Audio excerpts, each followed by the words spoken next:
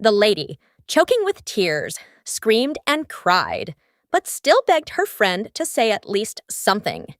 Any word that could keep her from despair. All she wanted was for her little dog not to die, for it to stay by her side forever and continue to be a part of her world. Through her sobs, she repeated how much she still wanted to do for her and did not understand why her beloved dog was leaving her alone.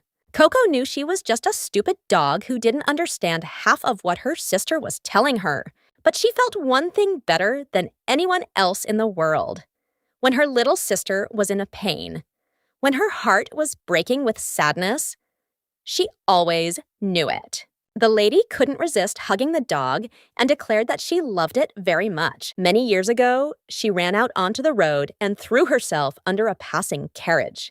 The coachman told the lady that a stray dog had thrown itself under the wheels of the carriage. He said that he would go and get her immediately. Koko stared at the girl as she had a strong scent of loneliness about her. And for some reason, she looked like her. She couldn't resist and barked, thereby attracting the lady's attention. Chloe said that the man should bring the dog to her. The man assured her that it was very dangerous, but she insisted on her own. The day Chloe first found her, Koko felt like the happiest puppy in the world. Chloe gave her a name, warm, cozy, like a hug. After some time, Koko learned what true love is. Delicious food, the soft warmth of home, and the care with which she was so generously surrounded. And she desperately wanted to thank her lady. So one day, as best she could, she wrote her a love letter, putting her whole little dog heart into it. Sometimes it happened that her sister would get angry with her. But even in such moments, Koko felt joy, because it meant that she was nearby, that her world was still filled with the presence of her beloved lady. She loved her mistress immensely, and dreamed of one day telling her this. Chloe, looking at Koko through tears, whispered that if fate gives them a new life, she would like Koko to become her daughter. And then the moment came when Koko had to set off on a long journey across the Rainbow Bridge, leaving her sister alone in this world. She saw all her other brothers having fun and enjoying life, but she was sad and watched only her sister. Meanwhile, the maids were whispering because due to the death of the dog, the lady became unsociable and refused to eat. They saw her every day and understood that she commanded the darkness, but they did not imagine that if things continued, her darkness could get out of control. Koko was puzzled because she knew her mistress had no one on her side. She wanted to console her sister so much that her face would shine. She missed her very much, but she couldn't do anything. The dog god approached her and asked why she did nothing. He says she could walk like other dogs, try sweet potatoes. He didn't understand why she wanted to be the unhappiest dog on the Rainbow Bridge. What she wanted most was to see her sister smile, but she knew it was impossible. A moment later, the perfect thought popped into her head. Koko confessed to the dog god that she wanted to be reborn as a human, as her sister had asked that she be her daughter in her next life. He stated that this was impossible, and he could just give her a new toy or the biggest sweet potato. She became furious and shouted that she wanted to see her sister and that she didn't want anything else. She screamed for him to let her go immediately, as she wanted to become human. He sighed, noting that all dogs behaved the same way. He said that he could have allowed her to be reborn as a human, but he did not advise her to do so, as dogs had a hard time after being reborn. He stated that until her sister felt a real closeness to her as a human, she would not be able to reveal that she was a dog. He said that whether her little sister finds out or not, in 5 years, she will have to unconditionally return to the Rainbow Bridge. She was happy because she understood that she would be able to live next to her little sister for 5 whole years. He stated that she would live in a human body, and it would be more difficult than now because people were different from dogs. But she did not care. He said that sometimes disgusting things were done to her without hesitation, so he wanted to know if she could bear it. She said that she was also bad, and she gave examples of her petty, dirty tricks. He said that dogs were too kind, but once she became human, she would need good abilities. He stated that he would grant her several powers. Firstly, she could talk to animals. Secondly, he gave her the gift of foresight so that she could see the future. And finally, he gave her an intellect that would shine and grow when it came to her sister. A moment later, the dog god poured out his blessing on her. He explained that these abilities would prove useful to her. And at that very moment, he announced with a smile that it was time for her to go. She left her brothers with a smile, but they said that they were really looking forward to seeing her and that she should live a good life. She ran around smiling and said that she would definitely say hello to everyone they knew. Koko is a small but brave dog. She understood that with new abilities, she was going to the meeting. She rushed towards her most beloved sister in the world. After some time, she transformed into a human. Opening her eyes, she realized that she was in the mansion where she used to live with her sister. She saw that she had a human body and no tail and soft hands. She was very happy, and so she became a real person. The dog god declared that she would not become her sister's daughter, but she would be her younger sister. He said that her time was limited, but she must not forget who she really was. Here he was, also called Koko.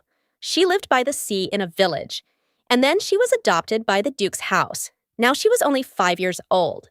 She wanted to go to her sister immediately, but at that very moment, she faltered. And a moment later, she fell to the ground with a crash, since, unfortunately, she was not yet accustomed to the human body. A moment later, the young lady heard someone call her. The maid came into the room and stated that she heard a noise, so she asked if the lady was okay. Koko stated that she was fine.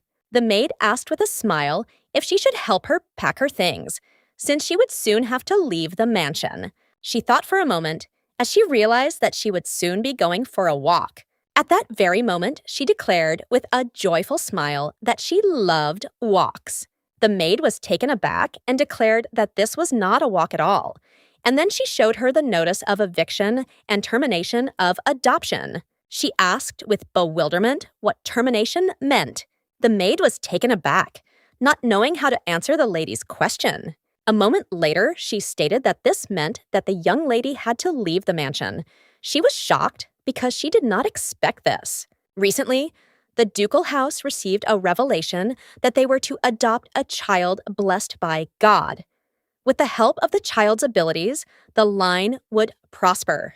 The Duke's house quickly found and adopted the blessed child. But a month ago, the sacred mark disappeared from the child's body. Koko was shocked and didn't understand why it was her fault if the sacred mark suddenly moved to another place. Koko wondered if the sacred mark could reappear if it was examined. She knew that she was different from the child whose sacred mark had disappeared. And since she was in this body, everything had to change. The maid smiled and stated that it would be difficult to conduct a re-examination now. Koko told the maid that she needed to meet Chloe. The maid was very surprised. At that very moment, she asked the girl how about Togo performing a great feat, because then she would be able to get an audience with the ducal descendants. Koko said, with a joyful smile, that performing heroic deeds was her specialty. After some time, she came to the stable, because when she was a dog, she loved to play ball most of all. She went to look for the sword, but noticed a man. The man said that if Thunder died, it would be a serious problem for them because the master would be angry. They couldn't understand what had happened because he hadn't even eaten, but they knew that the master loved the horse and they had to cure him. The young man said that if things continued like this, the horse would die of hunger. A moment later, they left the stable as they wanted to talk to the master. Koko remembered that Mr. Roos was her sister's older brother. He was very irritable, and coldness came out of his hands. At that very moment, she noticed her ball in the distance. She realized that all she could do was leave him and abandon him. A moment later, she threw her ball with a joyful smile. She was happy because she had succeeded and she had placed the ball, and now she could meet her sister. Then the thunder turned to her and declared that this was not a feat. She looked at him in bewilderment and asked what one should do in life. He was taken aback by the way she responded to his words. Koko calmly stated that it was so. He was shocked and asked if she really understood his words. At the same time, he was very glad that she could hear and understand him. Then he shouted that she was not a fool, but a true genius. So he immediately asked her for help since he had a splinter. At that very moment, the thunder extended its tongue towards her and showed her where the splinter was. And she declared that he should come closer to her so that she could take a closer look. A moment later, she finally saw a small splinter on his tongue. Koko happily pulled out the splinter and declared that she had succeeded. She realized that it was because of the splinter that he had not eaten, and that people had tormented him. He was puzzled because they made him suffer. At the same time, Thunder was furious because they couldn't find the splinter. He understood that the veterinarians were incompetent. She stated that it was all because he didn't let them near. At that very moment, he declared that she had cured him into a magnificent horse, just like him, and that this was already a true feat. Koko asked him with a smile if pulling out a splinter was really a feat. And he smiled and said that it was a wonderful thing. Koko asked with a smile if that was enough to meet her sister. A moment later, the man entered the stable, but he heard a terrible noise that disturbed him. At that very moment, he was taken aback as he saw a girl next to the horse. He was surprised that the horse let the little girl come close to him. The man was puzzled because he had set up a barrier to prevent strangers from entering, but then he realized that she was from the family. Dumbfounded, he approached the girl and asked if she had calmed him down. She smiled and said that she had helped him, and he had recovered.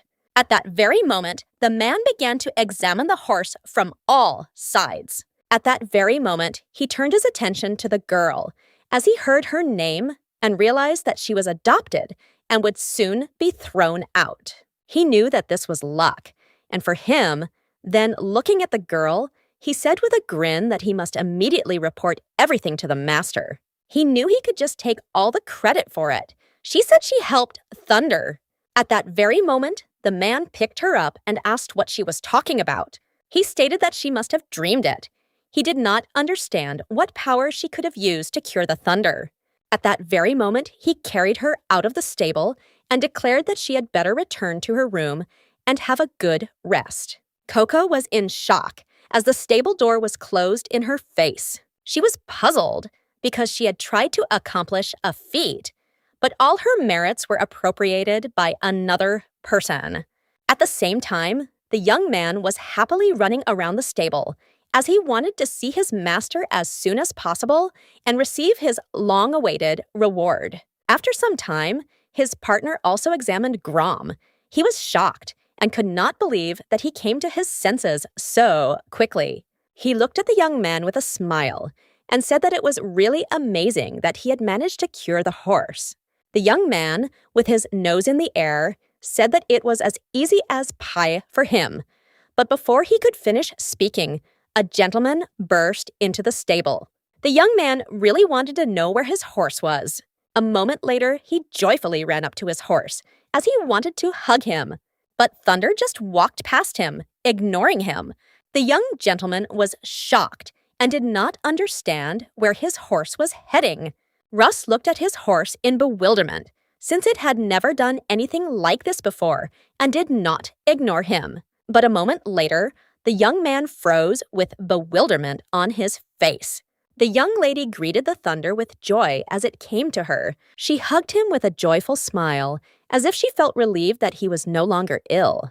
The young gentleman was perplexed and asked why the girl was suddenly speaking so kindly to Thunder. He was interested in why Thunder was flattering her so much. The young man shouted that he didn't know the answer, but they had to throw her out immediately. She said that this couldn't be done, and she needed to tell them something. Koko said, with a smile that it was she who cured thunder. Russ thought for a moment. As the name seemed familiar to him, the young man was furious and asked the girl why. And she lied. But at that very moment, she declared that she had not lied, and she had evidence. She showed a small splinter. Not long before, the young lady watched in horror as the door closed in front of her. She didn't know what to do now, since she had to meet her sister. When she was near the horse, he told her that he had been studying abroad with his master for many years and had only returned a week ago. Before leaving, he drove onto a plane and hastily ate a flower, a thorn piercing his tongue. This flower grew only there, so the locals had never heard of it. At that moment, the young lady looked at him with joy as she understood how she could prove her case. After some time, she said with a smile that the horse was suffering because of a thorn, and she had strong evidence that the thorn from the flower was not from here.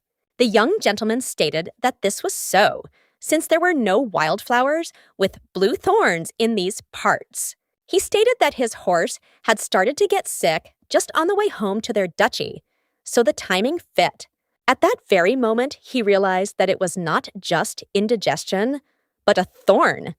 The man declared that the little one was telling the truth, since the horse had a tiny wound from the thorn.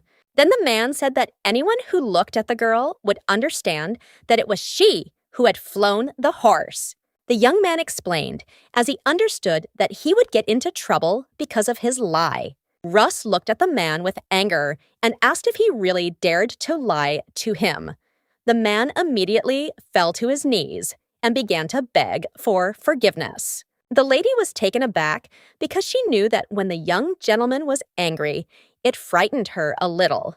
The man begged for forgiveness, but the young gentleman did not even look at him. He turned his gaze to the girl. He asked if she was a maid or a veterinarian. The man asked for forgiveness. And at that very moment, he declared that the baby was the youngest daughter of their family.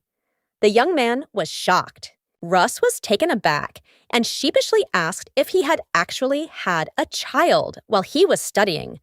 The man stated that this was not true, since the baby had been adopted according to a prophecy. At that moment, the young gentleman felt relieved and stated that he had heard about it, but had forgotten, as it was not important information. He came closer to her and asked if she was the dirty youngest in their family. She said that this was not so. Koko said with a smile that they said she would soon be kicked out because Sigma had not yet appeared. Then she declared that she had distinguished herself today. He smiled and asked if she had saved the horse because she didn't want to be kicked out of her family. He stated that she seemed to be thinking clearly. She stated that she had heard that if she performed a great feat, she could meet someone from the main branch of the family, which was why she wanted to meet Ms. Chloe. The young man was taken aback and looked at her in surprise. He wondered if she, a little girl, wanted to meet the dangerous Chloe. Meanwhile, the young lady lay quietly in her gloomy bed. She sighed heavily and quietly called for her dead dog. Russ looked at the girl in surprise, as he could not believe her words. He knew that soon his sister would simply die, since more than half of her core mana was destroyed. He shouted that she was manically violent due to an excess of energy, but she paid no attention to his words. He was furious because he was her brother and was genuinely worried about her. Chloe looked at him with fury and told him that he should leave on good terms. He knew that after the death of the dog, she had become even more unsociable. Russ asked the girl if she had any other wishes, since he knew that sister was now dangerous for her. At that very moment, the young lady declared that Chloe was not at all a dangerous person and that she had no desires other than this one. She looked at the young gentleman intently and asked him to let them meet. He was shocked and could not utter a word.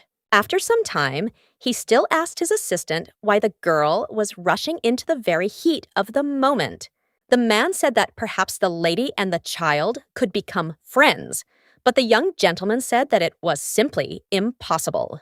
At the same time, he understood that they were somewhat similar because they had the same views, full of warmth and love for animals. After some time, the young lady was overjoyed, as she would soon be arriving where her sister lived.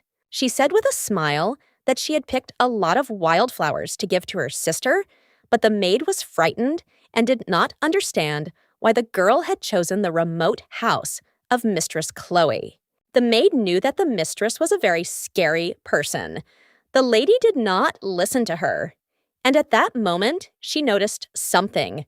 The maid reported that next to her was the grave of the mistress's dog, and the maids looked after her grave day and night. At that very moment, the maid was taken aback and declared that the dog's grave was larger than her father's grave. But Koko did not listen to her. She was very glad that her sister had not forgotten her, but the maid said that she did not understand at all why it was necessary to build such a large grave for the old dog. Koko was shocked and screamed that the dog was not old at all, but a kind puppy. The maid stated that when the dog died, she was over 15 years old, and in human years, she was a grandmother or grandfather. The young lady was shocked because she realized that she was just a little puppy. She walked slowly towards her sister and continued to repeat that the dog was kind and sweet, and that the puppy supported her. But a moment later, the maid declared that she could not go further with her. The lady was surprised and did not understand why this was so. Looking at the girl, she stated that the lady was isolated, and only a few who had received permission entered her house. A moment later, the young lady rushed to meet her little sister with a joyful smile, heading straight to her room. But as soon as she crossed the threshold of the mansion, she ran into a hostile maid who asked why she had come to the mansion. Koko introduced herself and asked the maid who she was. The maid stated that she was Mistress Chloe's maid. The maid told the girl that the mistress was not meeting with guests now, but she would give her a message and perhaps she would meet her when she did. At the same moment, the young lady said with a smile that there was nothing to worry about and that she could wait. A moment later, the maid invited the guest to come with her. Koko always knew how to wait because every time her little sister went outside, she waited for her at the door. Later she came and always hugged her and kissed her with joy. She knew that for this reason, she would wait now, and her little sister would come to her. But unfortunately, time passed, and no one came out to her, while the maids whispered, looking at the girl. Koko was very upset because her little sister really hadn't come before, and if she waited, her little sister always came. She understood that she had become human, and that now everything had changed. For this reason, she wanted to go to her little sister first. She knew that when her little sister saw her, she would greet her with a joyful smile. For this reason, she wanted to be friends with her little sister again. She knew that there was a way to get to her, and so she wanted to find it. Meanwhile, in the living room, all the maids were happily whispering and discussing the young lady who looked like an angel. But every time they saw the ladies, they saw that they were very different. The lady sighed heavily and asked her companion if she really liked listening to such noise. Teresia, smiling, told her sister that she didn't understand at all what she was talking about. Chloe said that she knew that the girl intended to spread gossip about her so that they would reach her. Teresia said, with a smile, that it seemed that her sister was still having a hard time, but she could help the magician who was on the verge of collapse. Teresia said with a smile that she only wanted to help her because, as she knew, her power, purification, and dark magic were as different as heaven and earth. All people on the continent were divided into several categories: gifted, blessed by God, and using supernatural powers. And the overwhelming majority of ordinary people were gifted, making up a small percentage of the empire's citizens. So each of them was a valuable asset to the empire. And the most valuable was the power of healing. Teresia stated that she could not compare with the healing power, but her cleansing power could also heal the sick. After all, thanks to her, she was, but the title of saint was mine. Teresia stated that because of the topic, it became gloomy in her sister's mansion. Chloe stated that she didn't need to try, but at the same moment she wondered if the girl really wanted to cure her in order to get her father's recognition. Chloe said that if she wanted to be recognized as the heir, she should mind her own business. Instead of tormenting her, the lady was furious with her words. She wanted to get even with her immediately, but she understood that there were maids nearby. For this reason, she could not be angry. She looked at her sister with a smile and declared that she had no idea what she was talking about. Teresia, with a haughty smirk, declared that the only reason she hadn't locked herself in the mansion for a year was because her dog had died. Chloe glared at the girl and declared that her patience was running out and she had to leave immediately. Teresia was taken aback and asked her sister in surprise if she was really going to use force against her. Chloe smirked and stated that even if she got out of control, her sister would be able to heal her. Teresia was furious because the girl threatened her with her power. She wanted to deal with her immediately, but was lenient towards her. Meanwhile, the maids looked at the lady with fear. Teresia understood that it was better this way.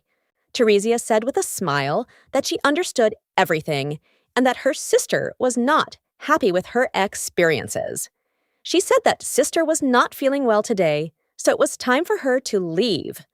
After some time, her smart lady sat quietly in the room alone, but at the same time, she felt a darkness that was slipping out of her control. She was puzzled, as her body could hardly withstand even a simple spell.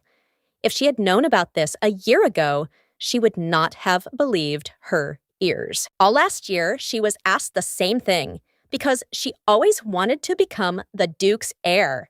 She always wanted to earn her father's recognition, so everyone was confused and didn't understand why she decided to give up everything.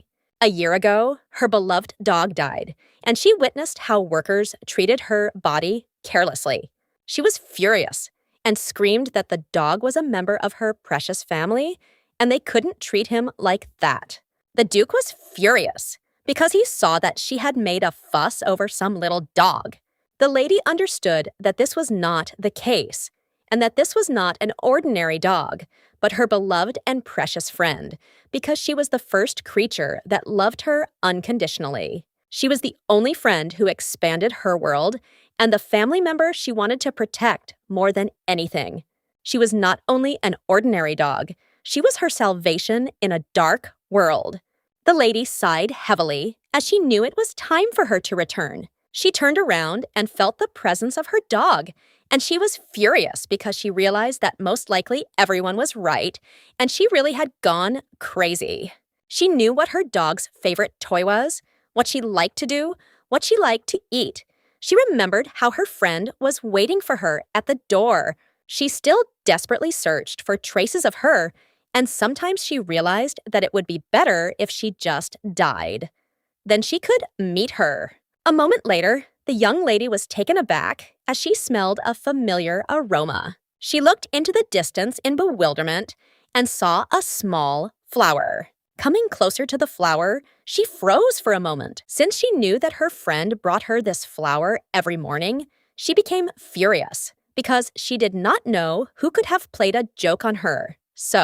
Meanwhile, Koko felt joy as she knew that her mission had been accomplished. She managed to get into her sister's room, and then she left a flower there. She understood that her little sister would understand that she had come to her. A moment later, the maid asked the girl if she had accidentally gone into another room. She asked the little girl if she had brought the flower to their mistress.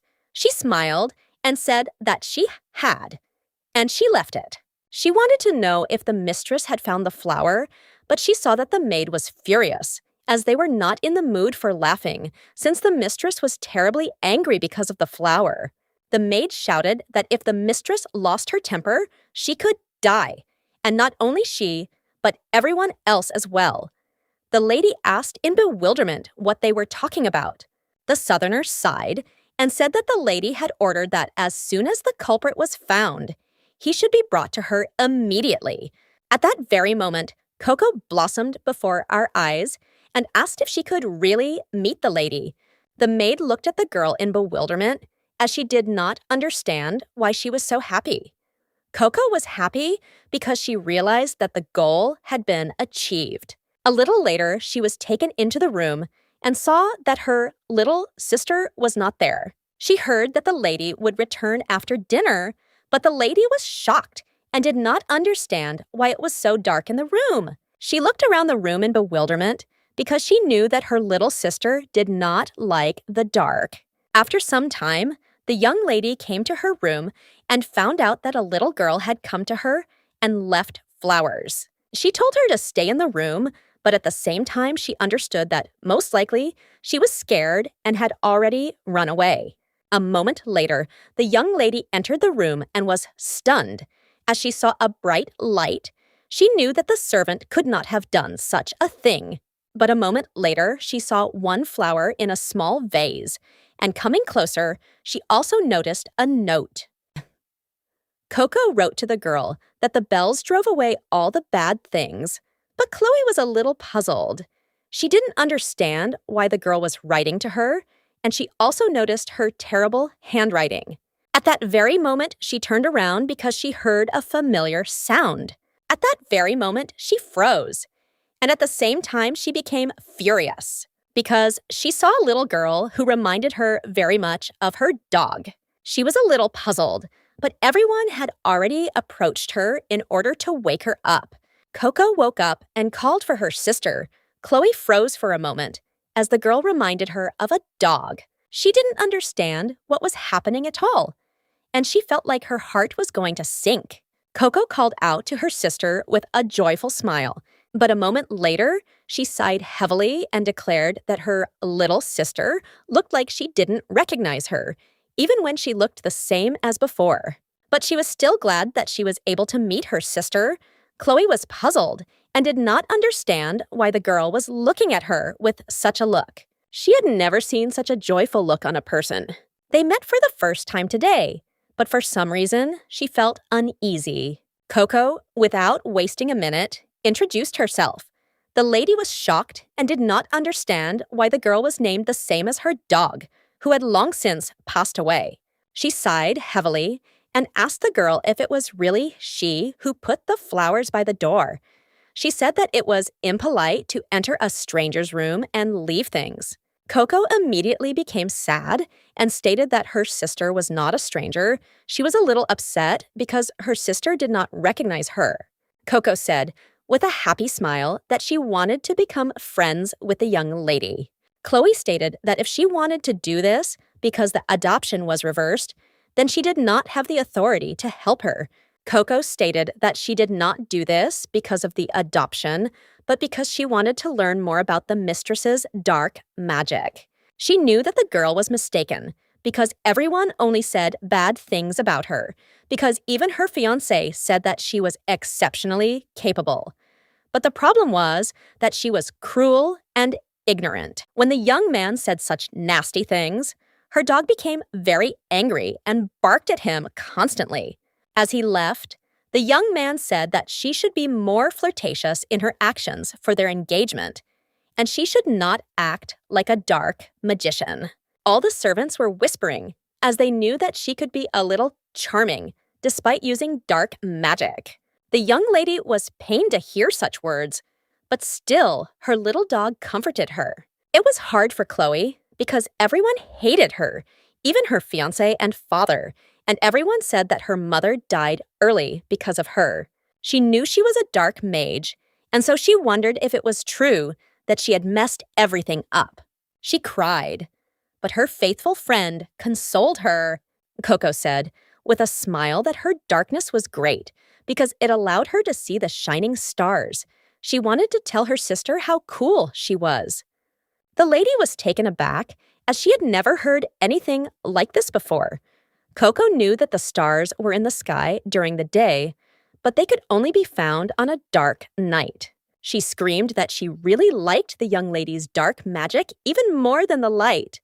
A moment later, the lady used her magic, and at that very moment, the girl declared that a magnificent night sky was unfolding on the lady's hand. Koko said that in Chloe's darkness, even the moon and stars seemed to be sleeping. Chloe was dumbfounded and asked the girl if she wasn't scared. Koko declared that she was not afraid at all, and at the same moment asked if she could just be near their mistress sometimes, if it did not tire her out. She said with a smile that now that she was big, she saw that her little sister was shining beautifully, and she just couldn't turn away from her.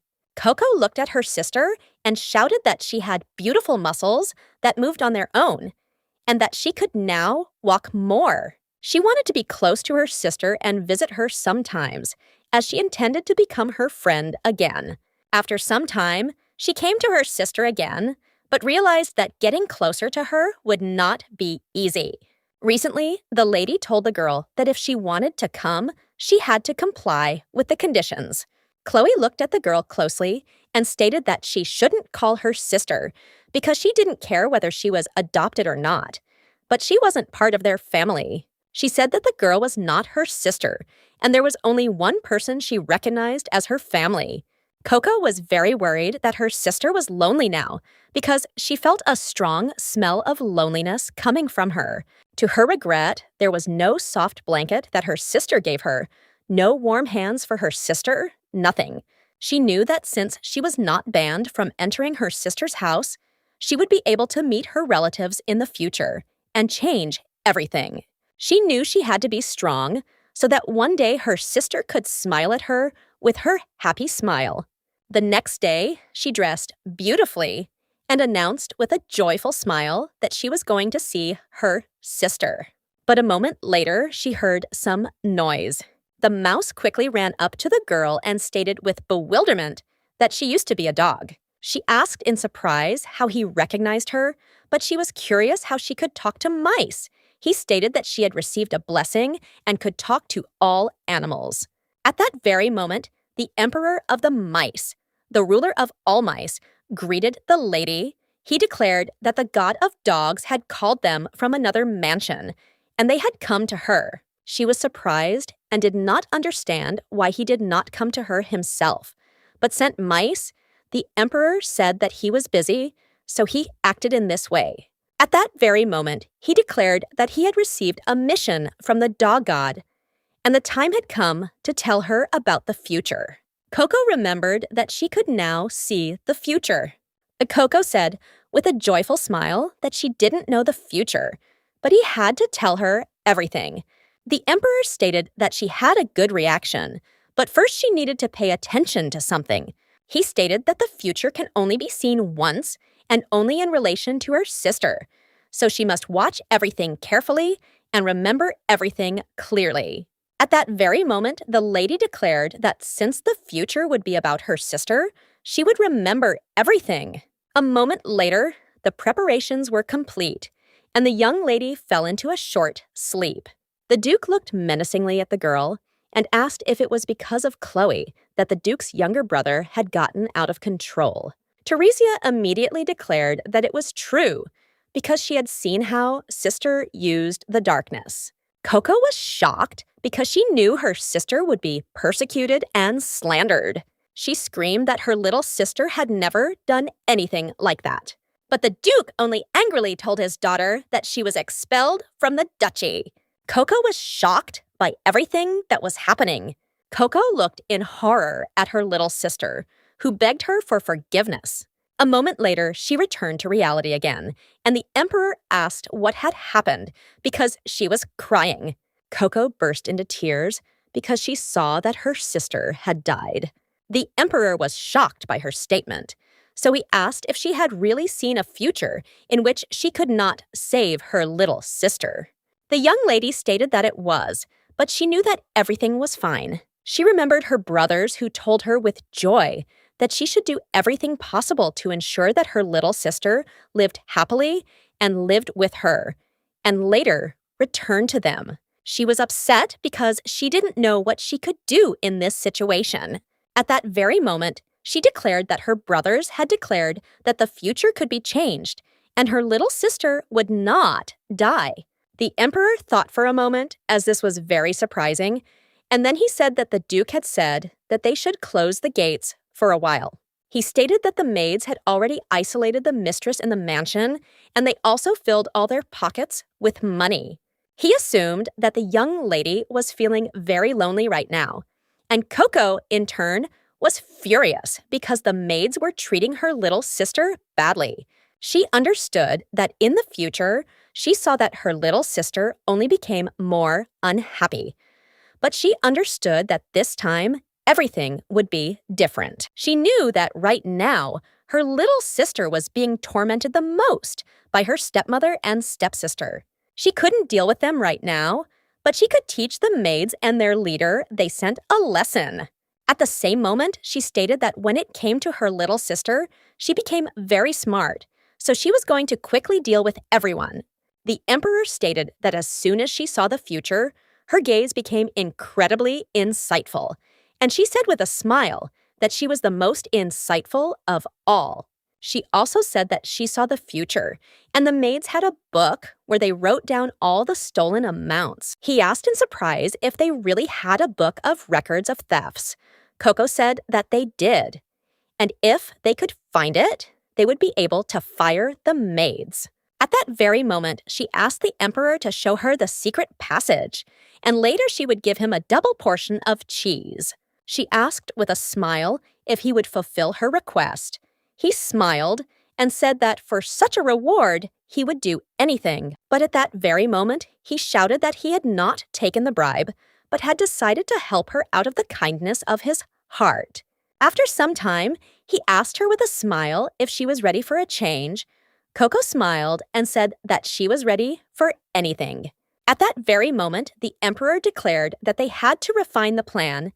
He said that they were divided into several teams and were looking for the accounting book and her old toy. She said with a smile that it was so, and he should find the toy and give it to her. She knew that with the help of the toy, she would get permission to stay the night. He stated that she was a very brave puppy. Koko stated that she felt like the maids were hiding the stolen money in the warehouse every night. So she wanted to make sure Sister caught them red-handed, so they couldn't lie. At that very moment, the emperor announced that it was time for him to go searching, and the lady asked him to be careful. She was glad because her mission had already begun. Koko understood that she would soon get rid of the maids. A little later, the maids informed the mistress that the girl had come to her, but the lady said that she was having lunch, so they had to send her away. The maid came out to the girl and, looking at her with a fierce gaze, declared that the mistress was having lunch, so she should not disturb her. Koko sighed and wished the lady bon appetit.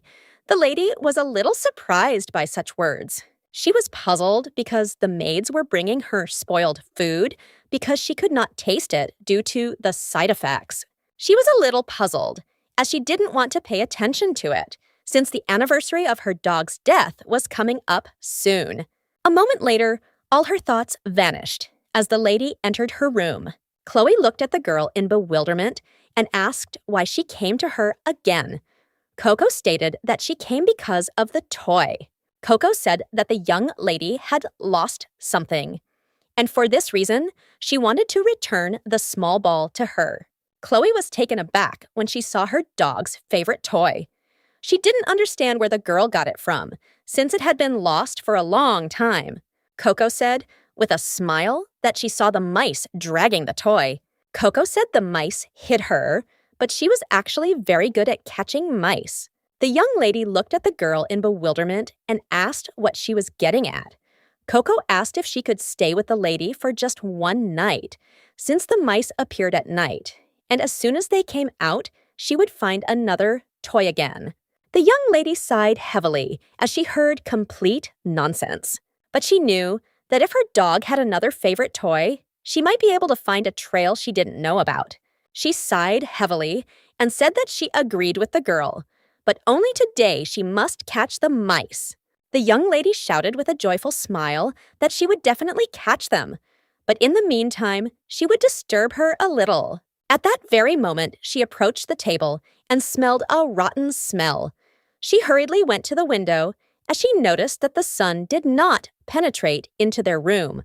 Chloe looked at the girl in bewilderment, but did not answer her. That same night, the young lady went out hunting. She knew that she was just a little bit away from finding clues. But a moment later, she was taken aback as she heard the maids approaching her. Sitting behind the boxes, she heard the maids saying that they had saved money and fed the mistress rotten food. She was furious and just wanted to bite them, but she understood that she had to endure it for the sake of her little sister. After all, this is why she developed a plan with the mice. She deceived the evil headmaid and quietly made her way into the basement. Koko sniffed and smelled the strange smell the mice had told her about. She smelled food and a smell full of evil intent.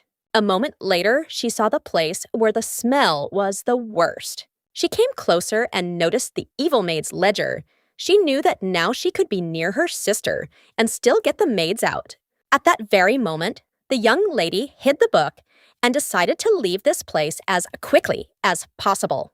But a few moments later, she was taken aback as she heard the distinct voice of the maid. A moment later, the maids entered the basement. The young lady quickly hid, but the maid continued to search for her. She prayed to the dog god and hoped that everything would work out and no one would notice her. But a moment later, all her thoughts vanished, including her hopes, as the maid came closer to her and looked at her with fury.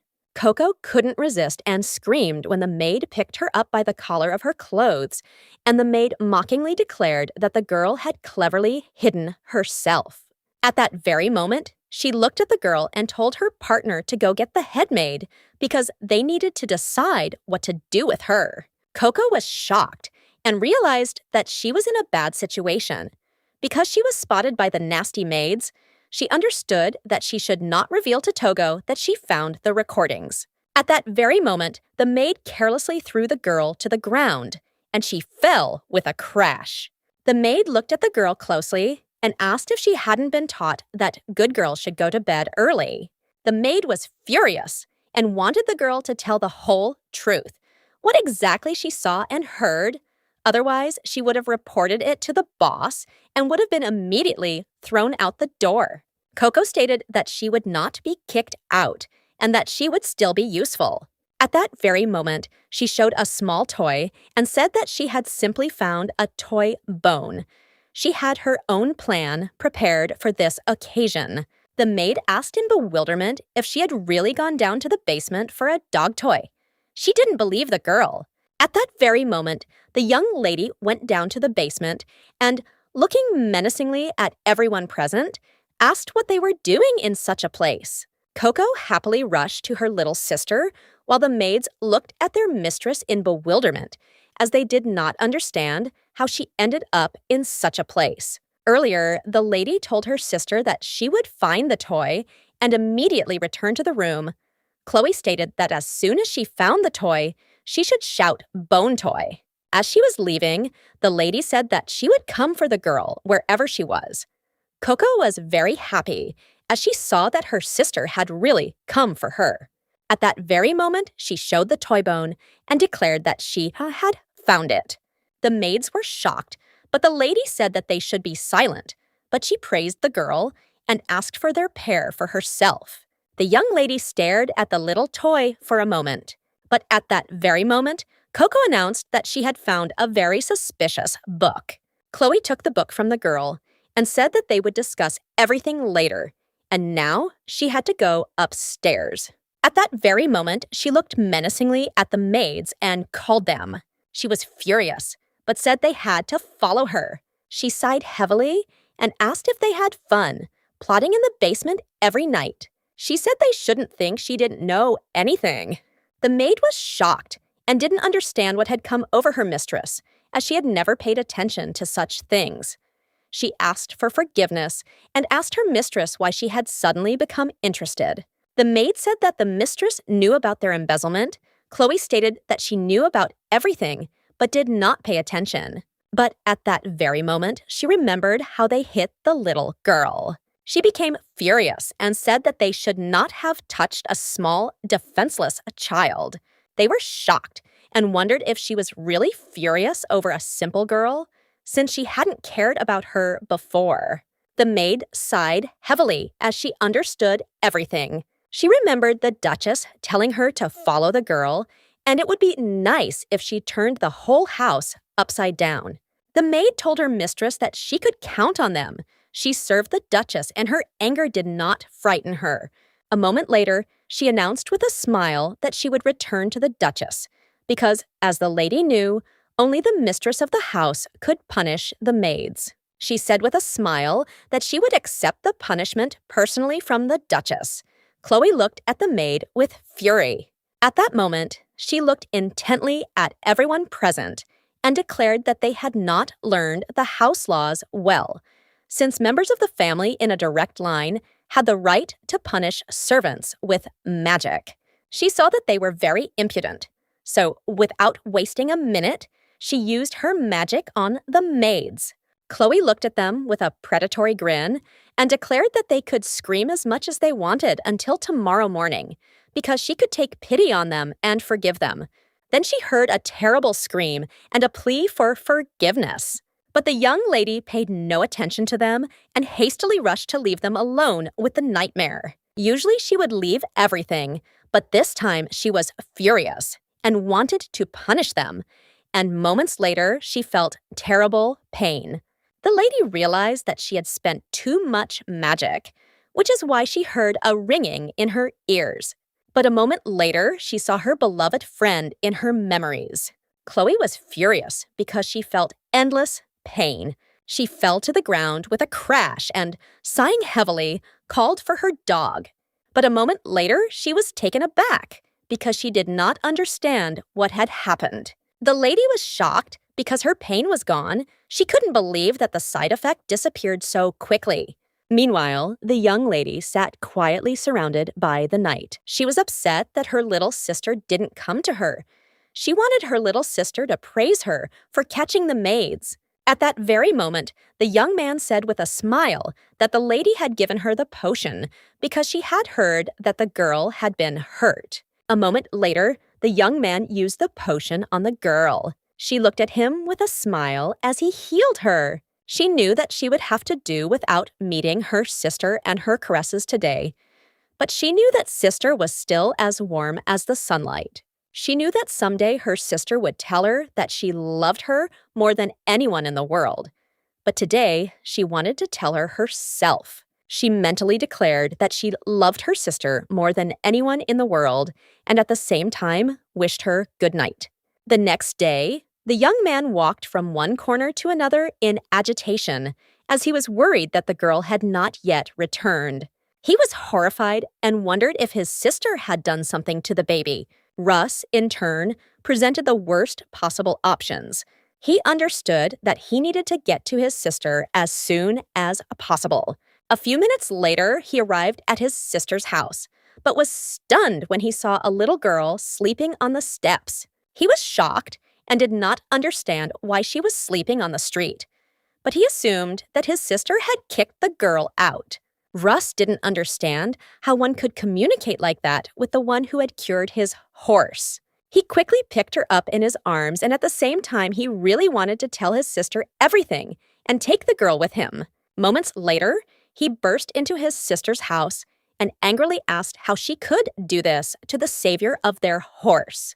But a moment later, he froze with surprise on his face. He didn't understand why there was such a commotion in the house, and he saw many unfamiliar faces, and he wondered if everything had really changed overnight. A moment later, he put the girl down, because he understood that no matter what, he had to talk to his sister. Looking at the girl, he sighed heavily as he realized that she could not be left unattended even for a day.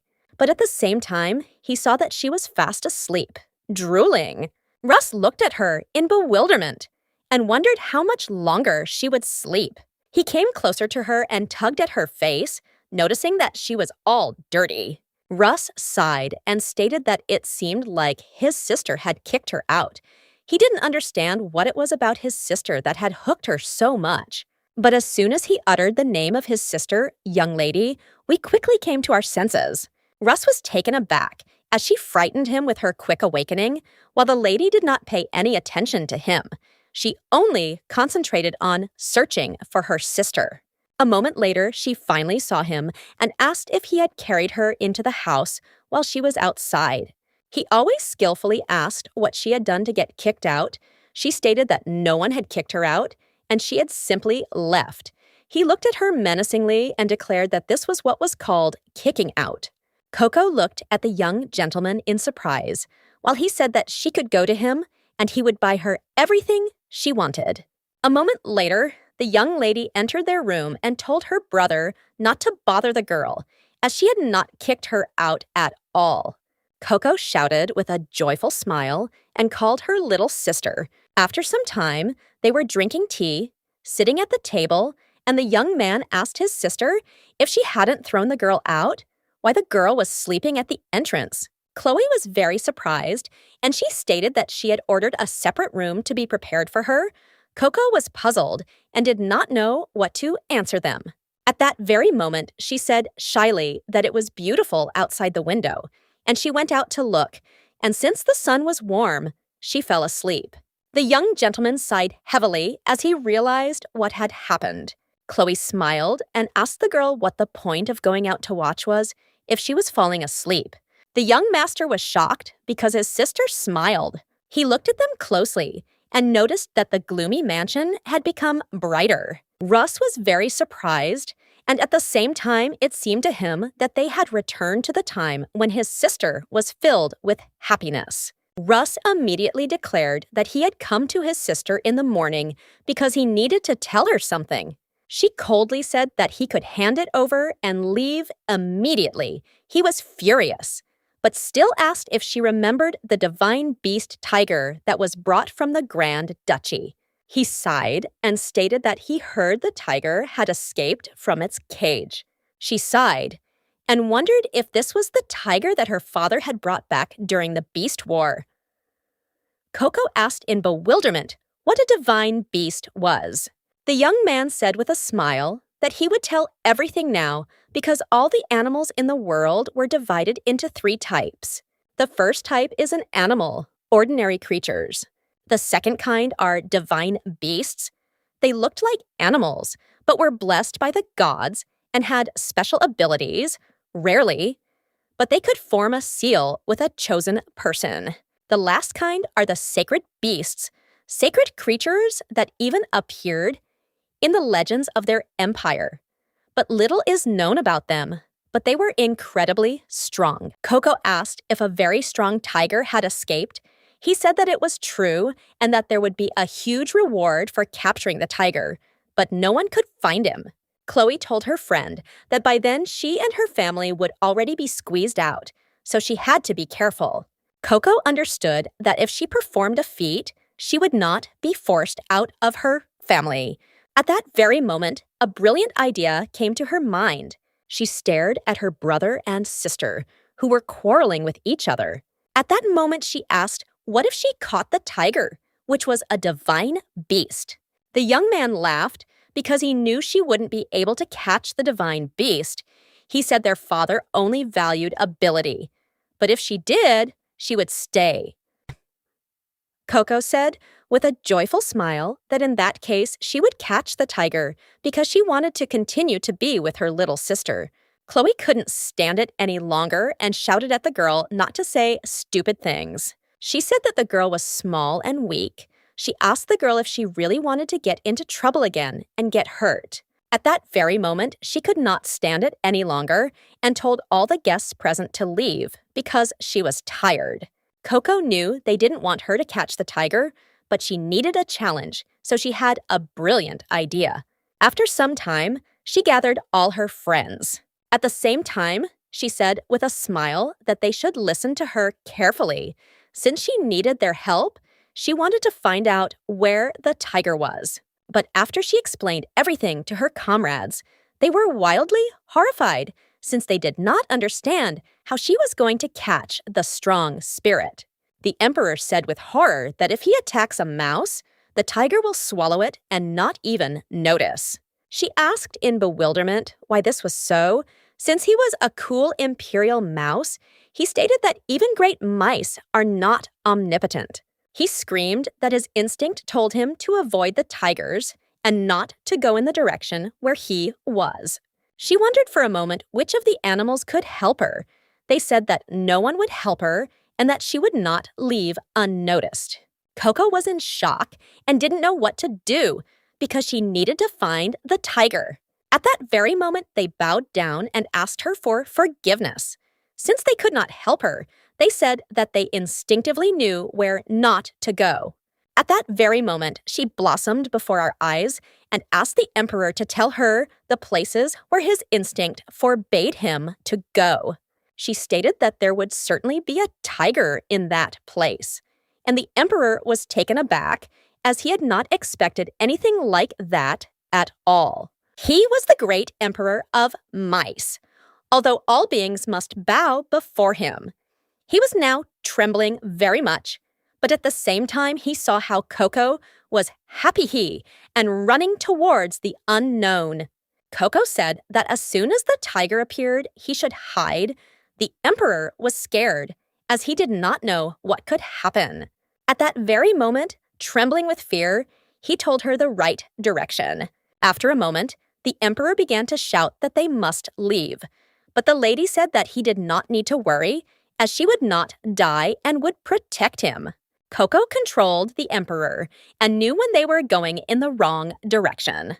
She turned him the other way, and from his reaction, she immediately realized that they were on the right track. A moment later, she looked at the little mouse in bewilderment. He was taken aback and asked in horror if she hadn't felt anything. He shouted that just a few steps away, you are the tiger's den. She was stunned and froze for a moment.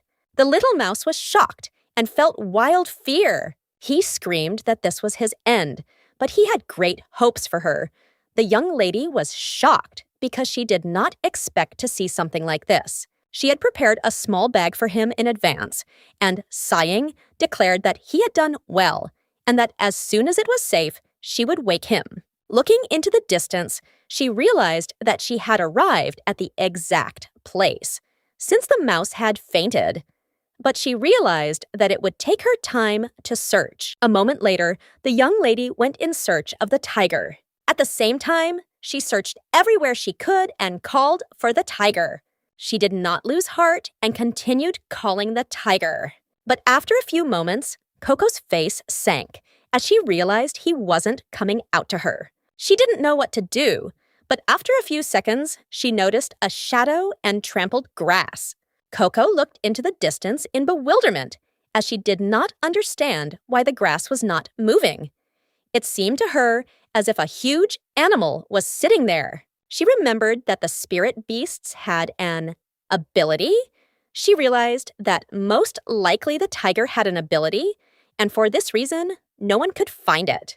At that very moment, she looked at the shadow and declared that she had found a tiger. Koko, looking into the void, declared that the tiger was in front of her.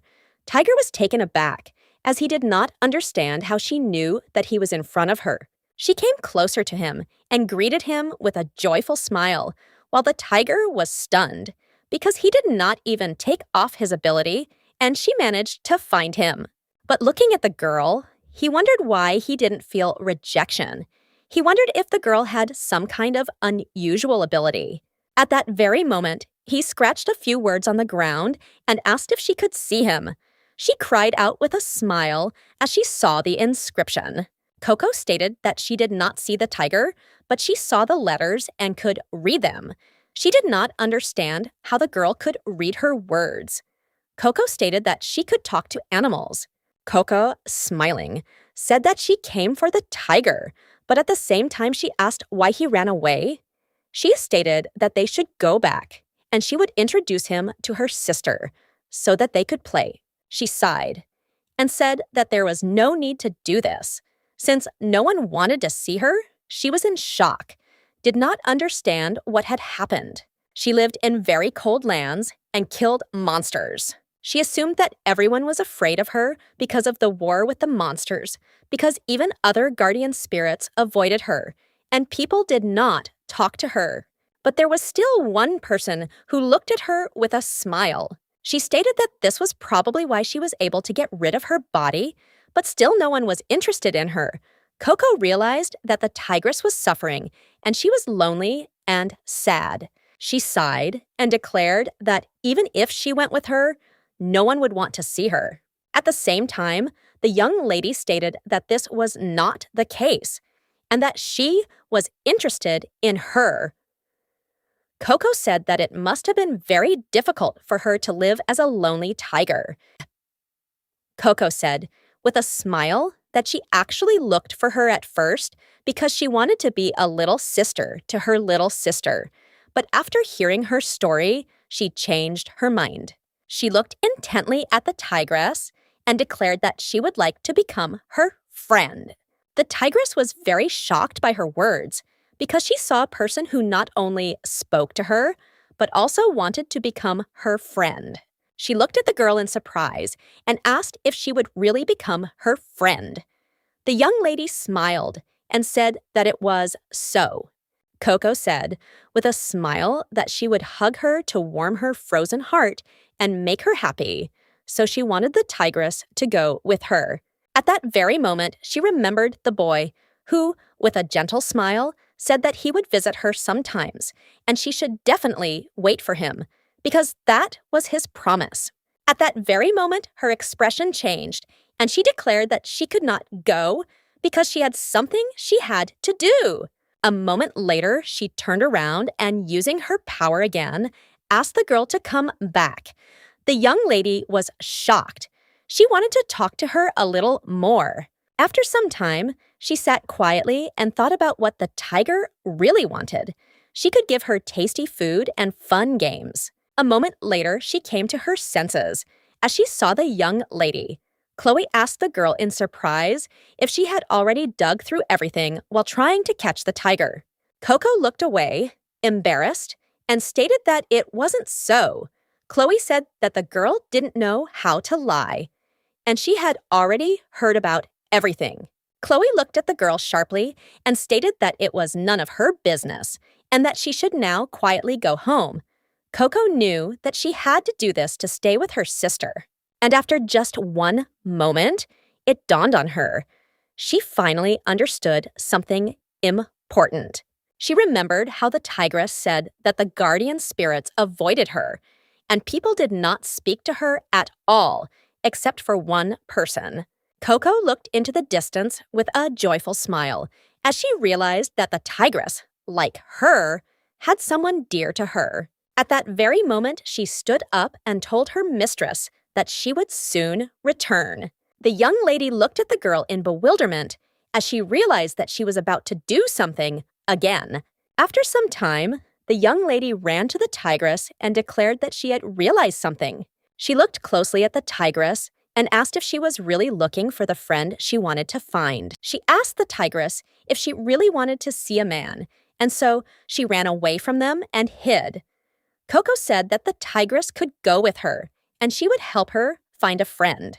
She flashed a joyful smile and resolutely promised that she would do this. And then the tigress, without a doubt, would become truly happy. Thanks to the tigress, she suddenly remembered that she had once seen the future. The tigress hid in their duchy for a long time. But one day, she reappeared in the Northern Grand Duchy, as if she had returned to where she should have been from the very beginning. But very little time passed, and her path was cut short. The tigress died. Koko sincerely wanted the tigress not to die, as in that vision. For this reason, she suggested making pinky promises. The tigress asked in surprise why the girl had tried so hard for her. Koko couldn't hold back any longer. She rushed forward and hugged the tigress tightly, as if she was afraid to let go even for a moment. She knew very well how terrible it was to be alone, cold, and scared. She had experienced this herself when she was a stray puppy. Koko wandered alone, without friends, and every step she took was filled with terror. and a feeling of deep, oppressive loneliness. Smiling, she invited the tigress to go with her, but first they had to take care of her health. She said with a smile that in time the tigress would be able to find friends. The tigress sighed heavily and immediately agreed with the girl, hugging her back tightly. After some time, the young lady rushed to her comrades, full of excitement and impatience, to share the important news with them. In her joy, she called for their attention as she intended to make important announcements. Russ asked with a smile what had happened, as he assumed that she had done something wrong again. But the lady assured him that this was not the case.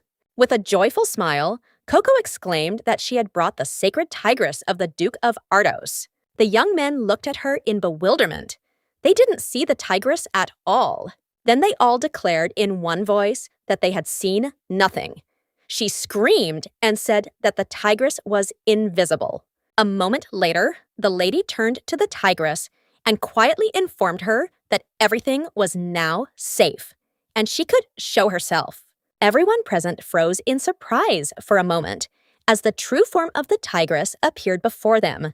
The Lady of Joy screamed, and the tigress bowed her head and greeted everyone. Everyone present was surprised because they did not know that the tigress could become invisible, but they were surprised that the girl brought her. Chloe, taken aback, asked the girl how she managed to find the tigress. After some thought, she explained that the mice were afraid of the tigers, so she went where there were none and accidentally noticed someone sitting on the grass, which later turned out to be the tiger itself. Koko happily declared that she was good at handling animal friends, so she asked the tigress to come with her. Russ was taken aback and asked if she really had an ability all this time that they didn't know about, since not everyone could talk to animals.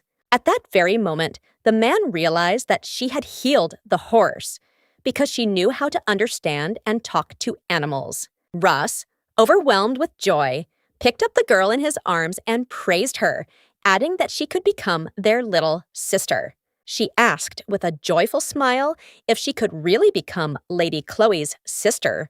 Chloe stated that they should have waited with it because everyone was curious about who she really was. Koko was upset, and the young man, noticing this, looked sternly and angrily at his sister. Koko was extremely upset that she did not receive praise and approval from her little sister, but she still understood that since she had brought the tigress, the Duke would reward her. She wanted to ask him to allow her to officially become Chloe's real sister. Russ, looking at the lady, admitted that she did not know what their father was like, and this made him feel somehow uneasy. He said that the Duke was a man with an explosive character, and for the slightest prank, he would not hesitate to send him to study abroad. She looked at the young gentleman with fear because she had seen the Duke when she was still a puppy, and even then, he was an incredibly frightening person. The man trembled with fear, assuring the Duke that it was impossible to build a ship in a month, but the Duke stood adamant and did not want to hear a word. At that moment, he threw the documents in the man's face and angrily told him not to whine and to get down to business quickly. The man rushed to run away from the Duke. The Duke was seething with rage, seeing that today's youth was completely devoid of character and firmness. A moment later, a man came out into the Duke's tent and apologized for the intrusion. Then he informed the Duke that they had received a message that the escaped divine beast had been captured, and that it had been captured by a little lady who was a blessed child. He was surprised because he knew that she was weak, but he noticed that behind her weakness there was a gift. At that moment, the Duke firmly declared that he would personally check whether she had really caught the tigress, and if so, she would be adequately rewarded. He informed his assistant that as soon as he had settled all his affairs, he would return to the estate and sort things out completely. A few days later, a small banquet was held, and everyone was whispering because Chloe did not come. Leah asked Teresia how she found time for such entertainment, being a candidate for sainthood. Teresia said with a smile that her sister was just a little ill, so she was replacing her. Those present whispered among themselves, amazed by her kindness and attention, and Teresia only smiled and admitted that she had to try even harder. Then the ladies began to communicate among themselves and discuss the fact that the divine child had managed to find the tigress.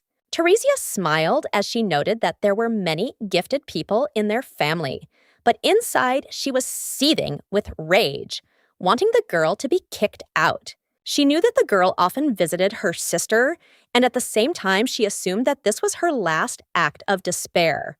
But she could not even imagine that the girl would succeed in catching the most divine beast. Teresa was furious when she heard the news, because she knew that her father would pay attention to the girl. She realized that this would attract his attention to Chloe as well, and she knew that she needed to act immediately and come up with a way out. Then the young lady asked everyone present if they had heard any strange rumors. She reported with alarm that the divine tigress was on the verge of death. It was said that her time in this world was almost up, and her departure was inevitable.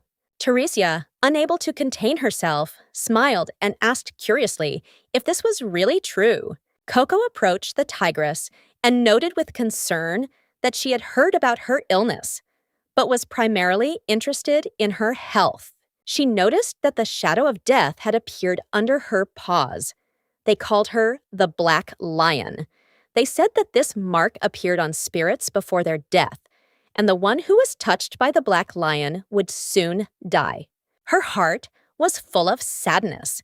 Koko could not change the fate of the tigress and find her friend. That is why she was looking for a way to save her. The tigress sighed and stated that she had heard something. After some time, the young lady went in search. She was overcome with anxiety as she could not find any medicine that could save the tigress. Earlier, the tigress told her that she had heard about the blue rose, and its thorns could help her. She claimed that if the thorns were eaten, they could destroy the Black Lion. She herself had never seen a rose, but there were rumors that this was the only way. Koko was a little confused as she had dug up the entire garden, turning it upside down, but, alas, had found nothing. At the same time, she wondered whether she should go beyond her sister's house. A moment later, she turned and, beaming with joy, met her sister's gaze. At that moment, she wondered if her sister knew anything about the mysterious rose. Chloe looked at the girl in surprise because she had forbidden her to enter the garden. At that moment, Koko declared that the tigress needed a thorn from a blue rose, and she was looking for it. The lady looked at the girl in surprise, but a moment later, she asked her companion if she knew the meaning of this flower. Koko looked at her with bewilderment. At the same time, the young lady told her companion that blue roses did not exist in their world.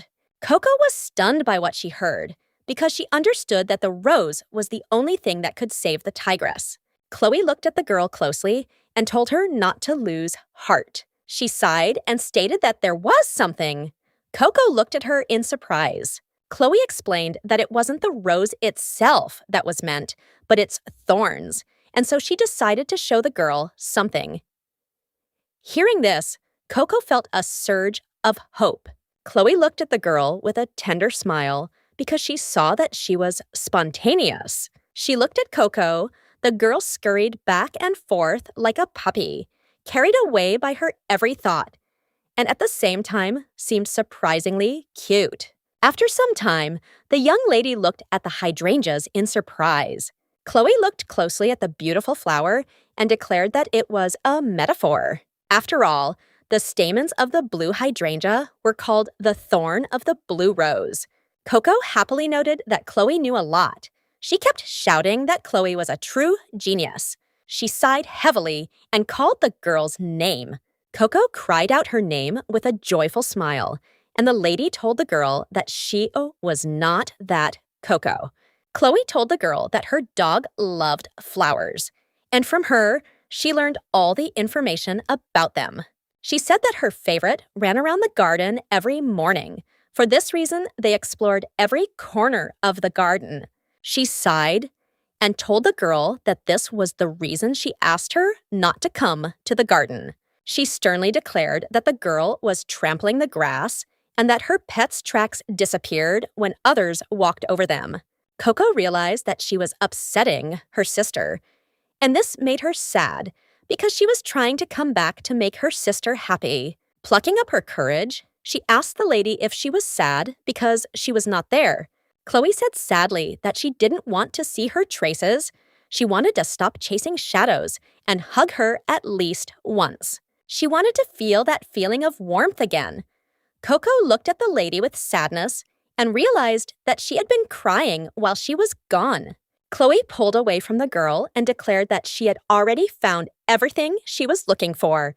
After giving her the flowers, she stated that the girl could do whatever she wanted, but she had to leave the garden. Koko, in turn, looked at her departing sister with her sadness and longing. She knew that her sister would have to wait a little, but she wanted to try to do everything so that she would recognize her and never be sad again. After some time, the man informed the lady that the tigress was weak and her visit was completely inappropriate.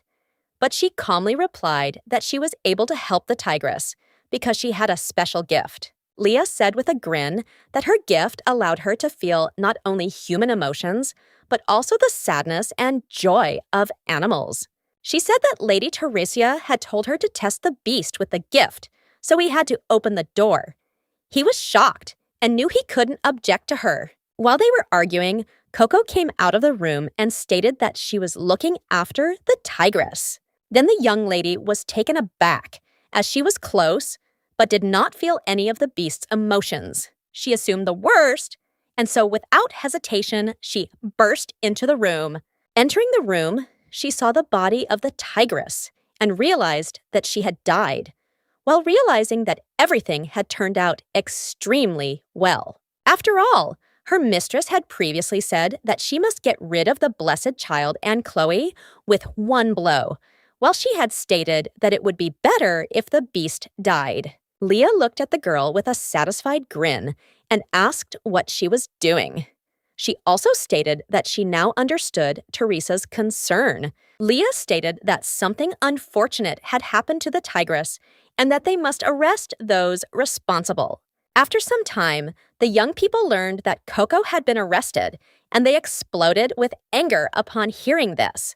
At that time, Koko was imprisoned in a dark underground cell. Upon hearing the news, Rus immediately went to the prison to see Koko, but a guard blocked his way, claiming that Lady Teresia did not allow outsiders to enter. The young gentleman was seething with anger, and at the same time he wanted to know what Teresia had to do with this. Consumed with rage, he concentrated all his strength and barked at the guard that if he did not get out of the way, he would crush everything around him. At the same time, he gave them the opportunity to leave, but they did not listen to him, and then he used his power and scattered everyone around. The man sighed heavily and noted that Rus would once again fall under his father's hot hand, but Rus didn't care. It was more important to him to see Koko. They went down into the underground dungeon, and in a hurry, the young master asked the girl if she was safe. But at that very moment, he was taken aback and froze in place, as he saw that she was sitting quietly in the corner of the dungeon, not paying any attention to them. He howled with rage and asked who dared to hurt the girl. Anger burned within him, but he did not understand how anyone could lock a child in such a dark and cold cell. At the same time, the young lady looked at the praying mantis with delight, and she was amazed, since it was very strong. Rus looked at her with bewilderment. Koko heard his voice and turned around. Rus asked with concern if everything was okay with her. Koko smiled and said that everything was fine with her and that she had many friends in the dungeon. She began to list the animals. They surrounded her, and the young gentleman looked at her with bewilderment because he didn't understand why she was cheerful. Then he realized that she intended to be so happy so that they would not worry With tears in his eyes, he shouted that as soon as the Duke returned, he would pull her out, so she should be patient for a little while. She sighed and stated that the tigress would wake up soon. The man stated with sorrow that the tigress was already dead. Koko hurriedly declared that the tigress was alive and that she and Chloe had saved her, but the man did not understand what she was talking about. Russ knew that his sister was terrified of the dark, that as a child she had been tormented by a tutor who had prepared her for the role of heir, and that there were rumors that she had been kept in the basement for a whole week without food. After hearing about the incident, the Duke punished the mentor, but he still looked at his daughter with disdain because she was a dark sorceress, but still afraid of the dark. Koko was very worried that this would hurt her little sister.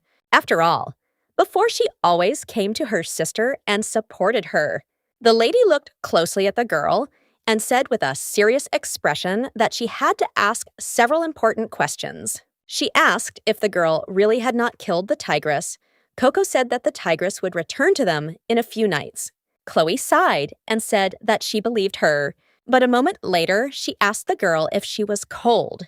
Koko, beaming with joy, shouted that she was fine, because if the lady could bravely confront the darkness and find her, then nothing threatened her. Russ firmly insisted that the tiger was dead because he himself saw it. He anxiously asked his sister if she was up to something.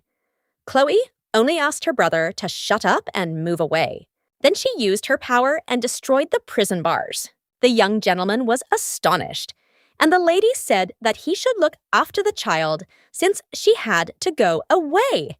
He watched as they arranged furniture for her in the prison cell, and Koko, without losing her spirit, shouted after her sister that she would soon be released from the dungeon. Chloe knew perfectly well that her half-sister had set a trap to get rid of her and the girl. She knew perfectly well that in a few days the tigress would wake up, because the baby did not know how to lie, and she believed her. She realized that there was no way out, and that she would have to act decisively, straight ahead. Chloe stood at the threshold because she wanted to meet the Duke, while the handmaids whispered among themselves, because they knew that she tried to avoid the Duke, and there were rumors that she had something to do with the death of the tigress. A moment later, she greeted her father. The Duke was surprised because she had not appeared in front of him in person for a long time. She sincerely wanted to help the girl, so she came to him as she intended to tell him something. He was amazed because this was truly a rarity on her part, and so he suggested that she go into the office. After some time, they moved into the office, and the lady said that she would like to talk to him about the blessed child.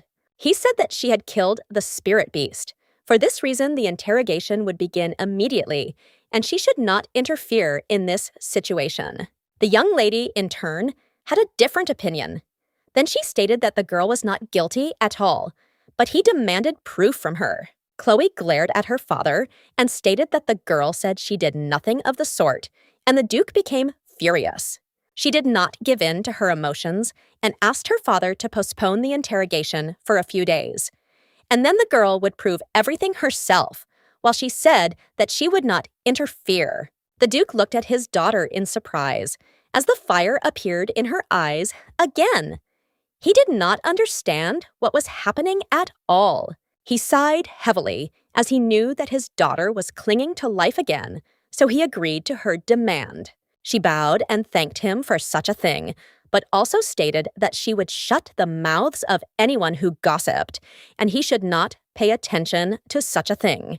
The Duke sighed heavily and said that his daughter could do whatever she wanted. He watched his daughter leave with a keen gaze because he knew that a storm was better than a quiet, fading away. Sometime later, the day of the interrogation arrived, and the young lady did not feel any anxiety. The Duke looked carefully at the assembled group and stated with seriousness that the investigation into the death of the beast spirit had officially begun. After some time, they began to investigate the murder, and the Duke asked if the accused was ready. A few minutes later, The young lady was brought into the hall, and the Duke could not hide his amazement at the sight of her. He asked her in confusion what she was wearing, while the young lady beamed with joy, ignoring the gloomy atmosphere around her. With a beaming smile, Koko explained that she was wearing a warm and cozy blanket. Lady Chloe had given it to the girl so that she wouldn't freeze, and the Lord had thoughtfully helped her put it on. The Duke sighed heavily. Don't pay attention to such things, and with that, he asked everyone to sit down, as the interrogation had already begun. He realized that she was just a child in front of him, and yet he understood that the truth would soon come out. He could not believe that she could do such a thing, and at the same time he wondered if it was really her. The Duke asked the doctor if the tigress was really dead. The man stated that it was, since he could not hear her breathing. He also reported that no autopsy was performed because the young lady did not want to move away from the body. Koko sighed heavily and stated with determination that she had said more than once that the tigress was alive. Then a young lady came forward and stated that she had the gift of empathy, and she could feel the emotions of any living being. The day the girl came out, she felt her strength fading. If that wasn't proof of the young lady's guilt, she couldn't imagine what would be. Teresia asked in surprise if the little girl was capable of such a terrible act. Leah said with a smile that there had been a lot of talk about something like this in the duchy, and so everyone was sure that Lady Chloe had pushed the girl to commit murder. Chloe, in turn, sat quietly and listened to the accusations. But Koko couldn't stand it and shouted that it was a lie. She exclaimed that the tigress herself explained to her that she was resting to get better. The Duke was surprised and asked if she had really spoken to the tigress, as he had been told earlier that she had the ability to talk to animals. At that moment, he decided that her gift needed to be tested to confirm the truth of her words. He said that if the gift really existed, it would manifest itself in light when he touched her.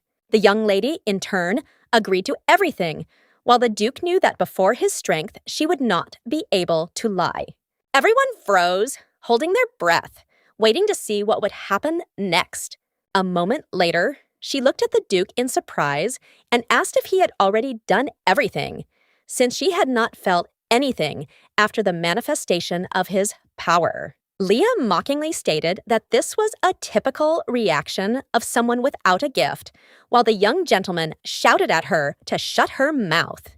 The Duke understood that others did not notice what he saw, because looking at the girl, he clearly saw how she was surrounded by a shining rainbow aura. He was stunned because he had never seen anyone with a rainbow aura before, not to mention that only he could see it. He wanted to know who she really was because he thought she was the most ordinary child. The young lady screamed that if his blade was not glowing, then it was definitely broken, because she was very capable. Teresia angrily asked the girl how she dared to speak to the Duke in such a way. Koko, in turn, stated that she was only telling the truth. Teresia was furious at the girl's impudent manner of speech. But the Duke did not pay attention to this. Then he approached the child and asked what if the tigress does not wake up. The young lady looked closely at the Duke and immediately asked what time it was. He looked at her puzzled, unable to understand why she was interested in this. Then Chloe, looking at her watch, said that it was noon, but she also noted that 2 nights had already passed.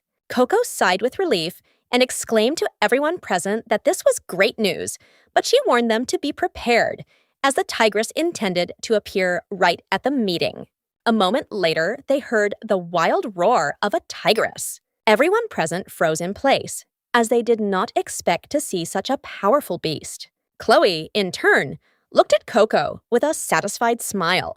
Koko rushed towards the tigress with joy on her face, filled with happiness that she was still alive. She looked at everyone present with a satisfied smile and declared that she was right. Teresia was stunned at that moment, amazed by what she saw, unable to believe the reality of what was happening. Then Chloe stood next to Koko and declared that now they must interrogate those who had jumped to conclusions. The young lady was taken aback and cried out that she had merely made a mistake, but she was very afraid of the Duke's anger. Teresia, numb and with an icy gaze, coldly asked the lady how she dared to imprison the child without making sure what condition the beast was in. She said she trusted her subordinate, but she was careless, Leah regretted, and said that in such circumstances, it was easy to misunderstand the situation. The Duke angrily declared that this was a grave mistake, for they had not only imprisoned an innocent girl, but had also condemned her to torture. Looking at the lady, he declared that from now on, she and her family were forbidden to appear on the Duke's main estate. She was shocked and asked for another chance, because their family had always served the duchy.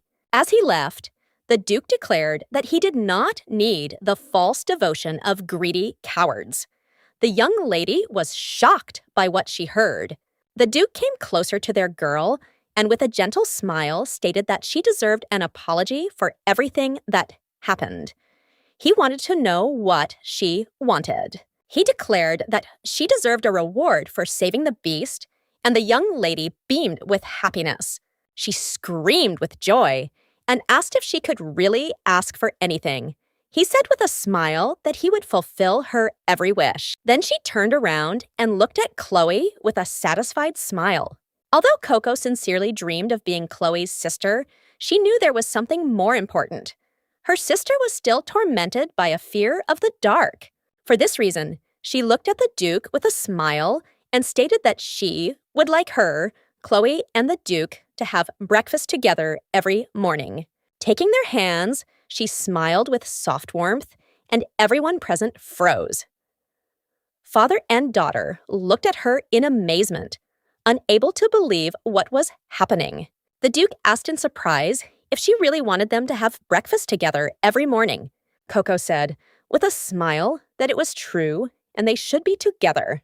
She remembered Chloe telling her that her father had found out about her condition and punished her mentor.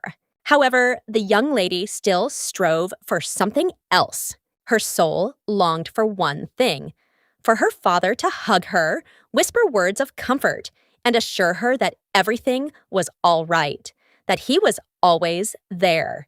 Despite everything, the young lady continued to respect and love her father, and Koko sincerely wanted her to get closer to him. She understood that in this case, they would become a real family, and then she would be able to cope with the pain of the past. Russ, beaming with joy, picked her up in his arms. Turning to her father, he enthusiastically declared that she was incredible, and now they would have breakfast together as a family. Then the daughter and father looked at him and said that the girl wanted the three of them to have breakfast. He was stunned by their statement. Then she smiled and declared that the young master should also be with them. The Duke, observing the girl, said that she was incredibly simple-minded, assuming that this was due to her age of 5. But Koko loudly declared that this was far from all. Then she began to bombard him with conditions, but the Duke gradually discarded them all. After a few minutes, he sighed and said that she was very ambitious. He asked how many desires she had. The young lady joyfully proclaimed that she had 100 wishes and looked forward to each one being fulfilled. After some time, the maid looked at her mistress with pity. Since being a candidate for sainthood, she was very busy, but the Duke made her wait a long time. She shouted to the departing lady that she had nothing to fear because she was pure and kind. Teresia looked at the maid with an innocent smile and, asking for forgiveness, stated that she was very tired. She asked the maid to leave her alone. The maid looked at the lady with tears in her eyes, as she was puzzled that her mistress had gotten into an extremely unpleasant situation. As she left, she told the lady that she did not need to worry and needed to rest, and she said that she would make sure that no one disturbed her. A moment later, the lady vented her rage, as she knew her plan was perfect, but in the last minutes, everything went wrong. The Duke told her that she had to leave the family business. She was shocked and asked if he was discriminating against her because she was not his blood daughter. He looked at her angrily and asked if she thought he was blind. He coldly stated that others might believe in her schemes, but not him. Then, narrowing his eyes, asked if she seriously thought that anyone would dare to act without his knowledge. He said it wasn't because she was adopted. It was just that her actions were wrong, so he warned her. She was seething with rage because the key servant, the very one who had been under her protection for many years and at the same time served Chloe, was fired. Teresia was furious to learn that her comrades had been brought to justice. Teresia was furious because she knew that the little girl was to blame for everything, and with her appearance, her carefully laid plans began to rapidly collapse. But in turn, she understood that she would not give up so easily because she still had a chance to become the heir to the house. After some time, the young lady looked at the wonderful treats with shining eyes. She was glad that everyone had gathered at the exquisite table. Without wasting a minute, she happily devoured the delicious food. The Duke looked at the girl with a smile as he realized that this situation looked a little familiar. It reminded him of breakfast with his daughter, who as a child craved his approval. He looked at his own daughter with warmth, as these were pleasant memories. A moment later, he stated that they would remain together until the sacred artifact arrived at the temple to verify her status. Russ asked when that would happen. The Duke stated, looking at the girl, that once the sacred object arrived and proved that she was a blessed child, they would have no reason to cast her out. He also looked at his son and asked him why he thought he wanted to expel the girl.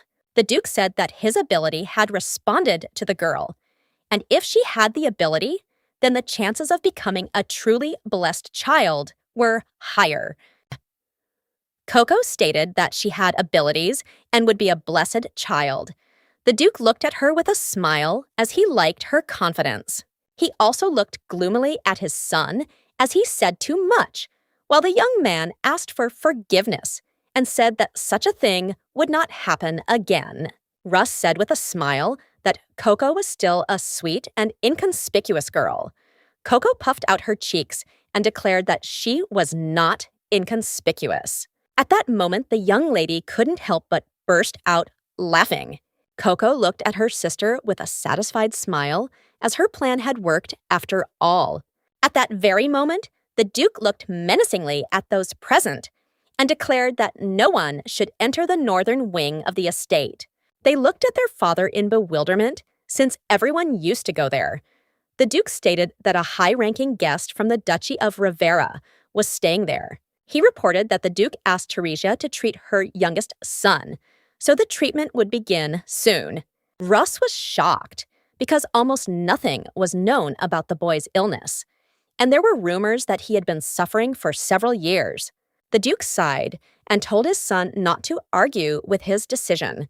He also asked his son if he really meant to say that the boy had come all this way in vain. At that moment, the young lady paused for a moment as the name was familiar to her. She remembered that the boy had come to them for treatment, but a sudden attack had taken his life, which had left Chloe disgraced. And Teresia had taken advantage of the situation by playing the victim, and she had eventually become a duchess.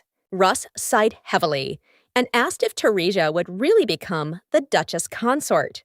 The young lady was furious because she knew that if she did nothing, her sister and the Duke's son would die.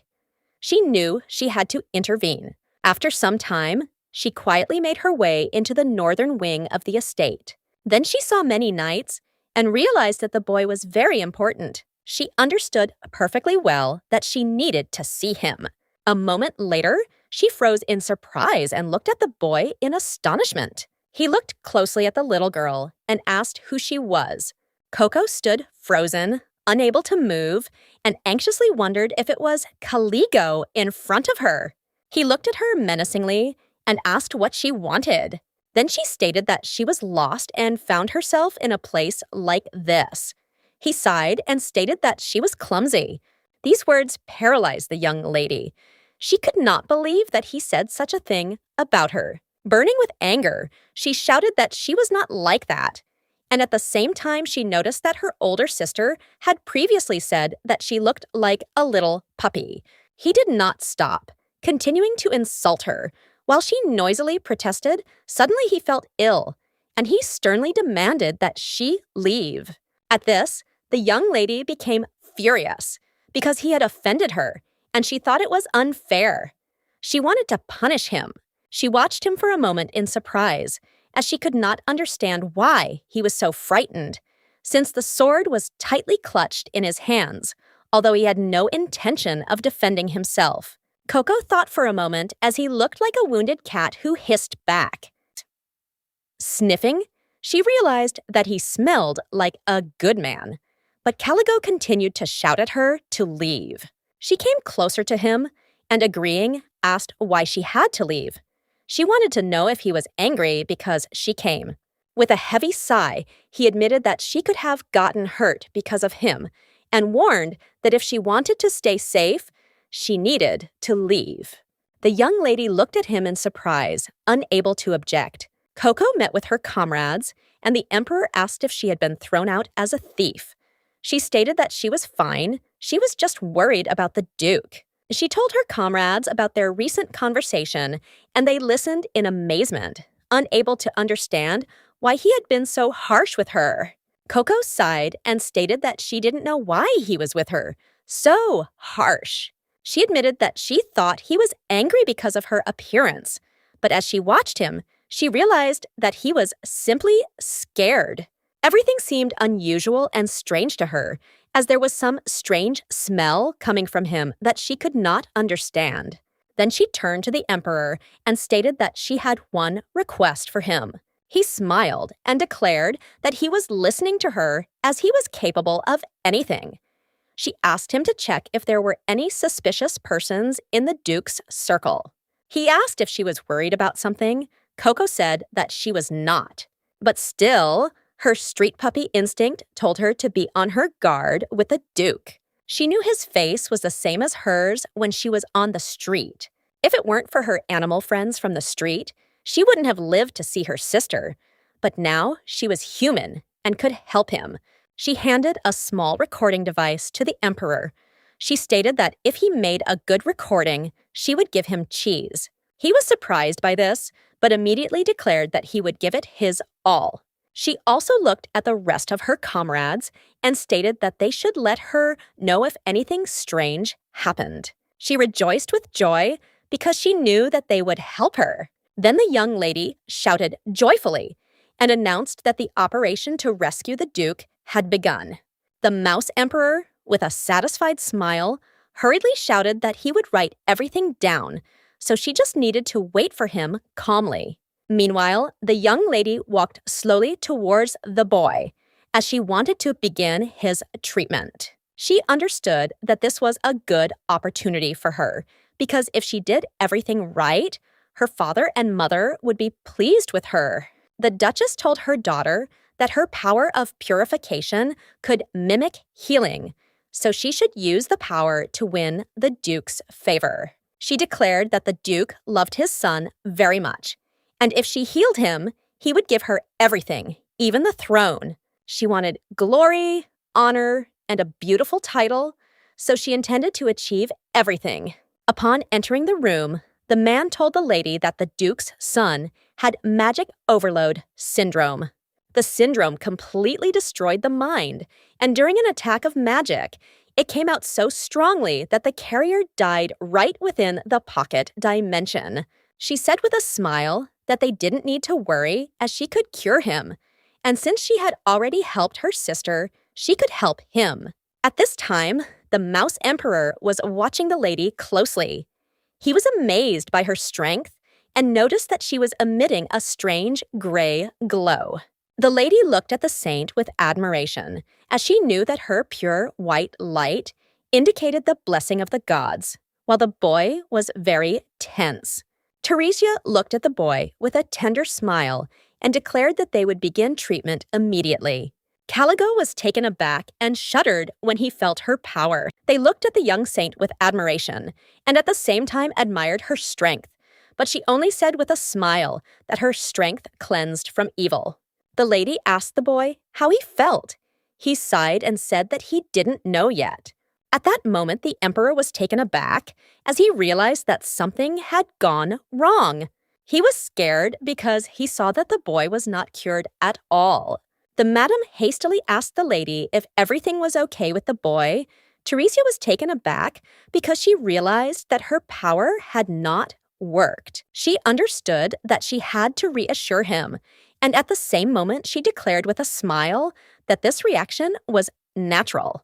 She approached the boy and said with a slight smile that the treatment was over and he would soon feel better. Madame smiled and declared that the Duke already looked better, and she also noted that he was pleased. As she left, the young lady smiled and said goodbye to him, and also asked him to rest more. He extended his hands to her, complaining of his continued malaise, while Madame tried to persuade him to take his medicine and rest peacefully.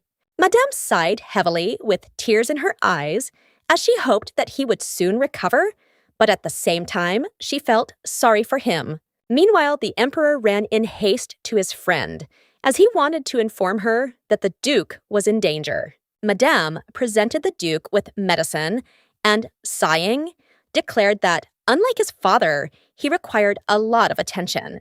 After some time, the Mouse Emperor hurriedly ran up to Koko and announced that he had recorded something amazing.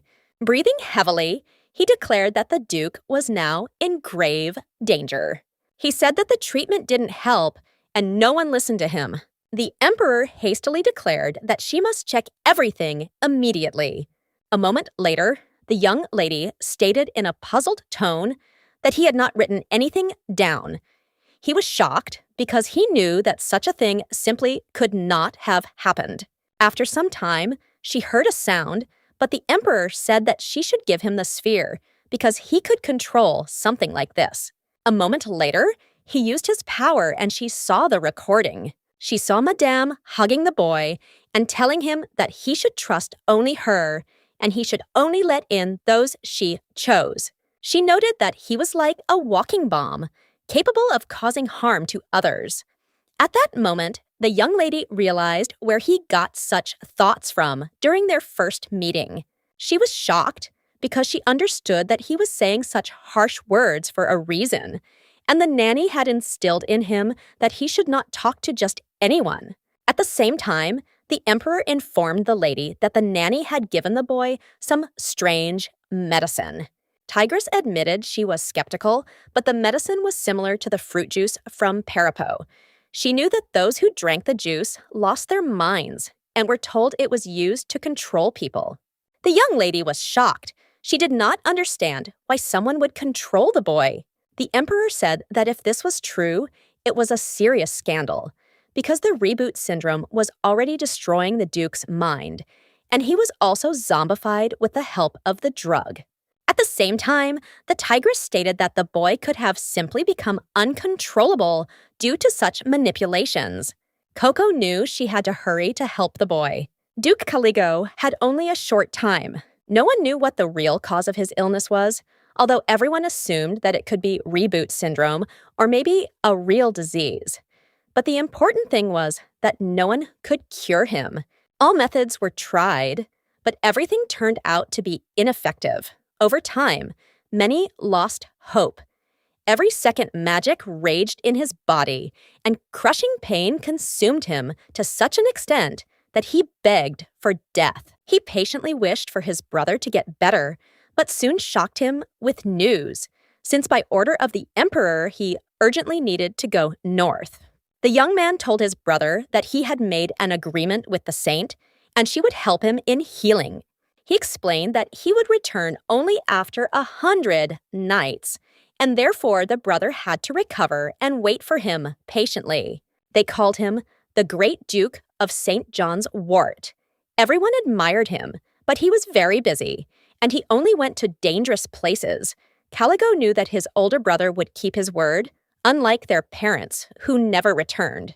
Time passed, but his brother never returned. He increasingly wondered if his older brother was tired of him. A moment later, he sighed heavily as it was very noisy around. Caligo went to the window, trying to understand where the noise was coming from, and then he was speechless with surprise. An uninvited guest stood in front of him in a very interesting form. He was extremely surprised and did not understand why she came to him, but he was even more amazed that she climbed through the window to him. Koko said with a smile that she needed to tell him something important. She smiled and said that she would only drop in to see him for a minute. He did not hide his surprise, and the little mice helped her to get up carefully. Caligo asked in surprise why she had come to him again. At that very moment, his face changed, and he declared that she needed to leave immediately. He did not understand why she was not afraid of him, since his nanny had said that it was dangerous to be around him. The nanny's words about how he was a great danger to those around him flashed through his head, while he closely watched the girl, who was hastily examining every corner of his room. He kept insisting that she should leave, while irritably declaring that he hated having other people's dirty children wandering around him, and he also complained about the unpleasant smell coming from her. After a moment, he froze in place and wondered if his words had sounded cruel. He hoped that his harshness did not harm the girl. The Duke looked away from her and stated that she must leave while he spoke to her politely. Her search was successful, and she happily announced that he need not worry, as she was alive and well. Koko said, with a joyful smile, that she would save him. He just needed to wait a little. He looked at her in surprise, as he did not expect to hear something like that. But then the girl asked what his nanny had told him. She looked at him sharply and declared that the nurse had called him a burden to the Duke, but that it was a lie on her part, and he should not have listened to her. She said that he should not let the saint treat him, and if he got hurt, he should just run away. He was shocked by her words. Koko declared that he should not drink what the nanny offered him. At that moment, she was dumbfounded because she realized that the nanny was walking towards them. Caligo studied the young lady carefully for a few moments, and then, plucking up his courage, asked if she really intended to come to him again. Turning around, she gave him a delightful and warm smile, and also stated that her words were true. He froze, stunned, with tears in his eyes and a slight, timid embarrassment on his face. For some time, he watched the young lady go, unable to tear himself away from her. But moments later, the nanny entered his room and quickly closed the window. She also stated that he should just lie quietly in bed. As she ran away, the young lady turned around and looked closely after him, because she knew that he had to be patient a little longer. She intended to return to him as she truly wanted to save him. After some time, she rewarded her friend for his help. Without wasting a single minute, she immersed herself in reading. Meanwhile, the Mouse Emperor was enjoying the feast with a satisfied smile. A little later, the tigress, with anger in her voice, declared that the nanny was a real villain who had poisoned the boy. Lady understood that something terrible was standing in front of them, but she was confused, not knowing what step to take next. Then the emperor declared that all they could do was blame the nanny, since they had evidence to stop the saint's treatment and delay the attack. Koko supported this idea because she saw a real will to live in the young man's eyes, because she noticed the same fire in her friends. Despite the difficulties, they did not give up. It was then that she began to think about her next step. She no longer hesitated, for there was only one way to help him. After some time, her comrades watched her in amazement and could not believe that there was a way to save the young Duke. They were eager to hear all the details. She explained that she was going to resort to ancient magic because in the future she saw the Grand Duke had tried every possible method to save the boy, and eventually he discovered an item found by ancient magic that could counter his power of shadow magic. To her regret, she knew that she was only 5 years old now. and at the same time, she did not know how to find the long-lost artifact. At the same time, the emperor declared that he understood her impulse. Without letting him finish, she cheerfully shouted that she knew how to find the artifact. She was sure that with the help of the birds, this would be possible, because she knew about the Secret Information Guild, the existence of which no ordinary people suspected.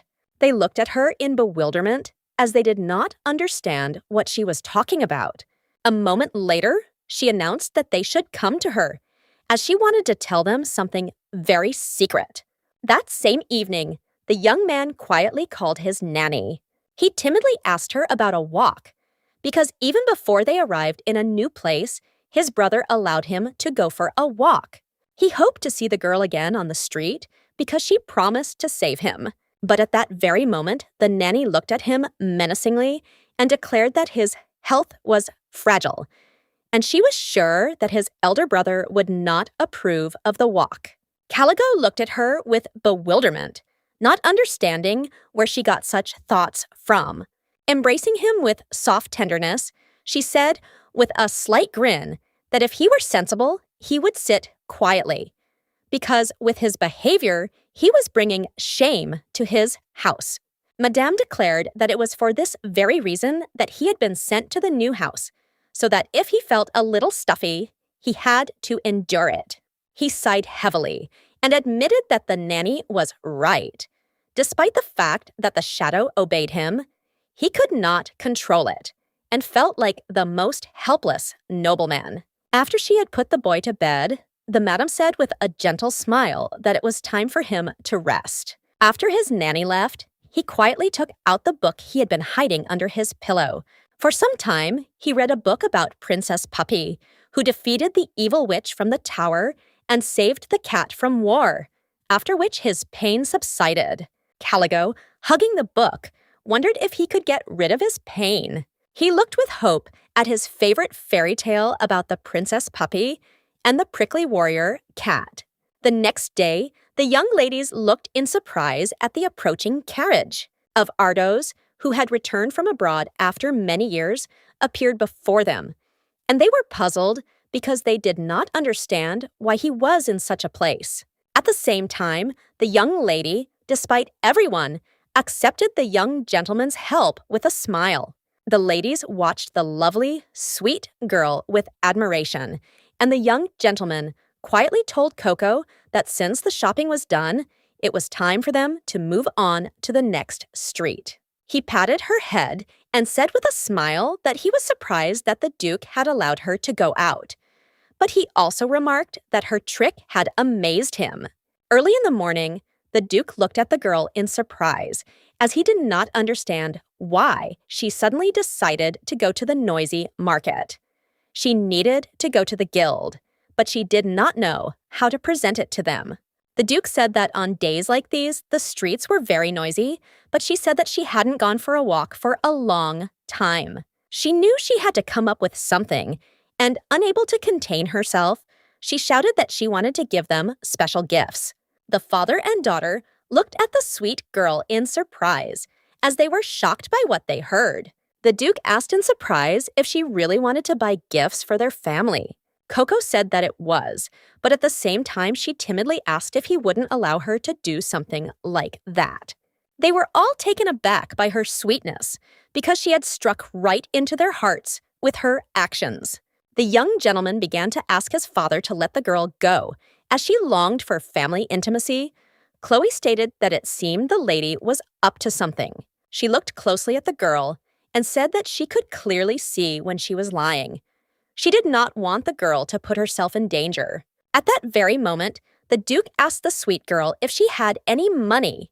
She looked at the Duke in bewilderment, as she did not understand what he was talking about. He couldn't believe his eyes. She was going into a dangerous area without money, trying to buy gifts for them. Russ said, with bewilderment and irritation, that in front of them was just a small, ragged button. At that moment, the Duke could not restrain himself and decreed that her elder brother would accompany her, providing funds for gifts and knights for protection. Koko looked at them in bewilderment, as she didn't understand why they were suddenly making so much noise. After some time, the young gentleman said with a smile that it was almost impossible to convince the Duke because he was a stubborn pragmatist. But she still succeeded. But moments later, he cast all his thoughts aside as he saw the young lady running away from him. He picked her up in his arms, despite her protests and violent dissatisfaction with the shoes. He understood that the Duke considered it necessary to give her such shoes so that the girl would not get lost. At that very moment, he noticed a small shop, while the young lady tried in every possible way to escape from him. After some time, they found themselves in a small shop run by daytime informant birds. It was both a haven for wanderers and a headquarters for elite spies. Koko hoped that it was here that she would be able to find an artifact of ancient magic. She looked up at the second floor, realizing that her meeting with the agents required her to go up there right now.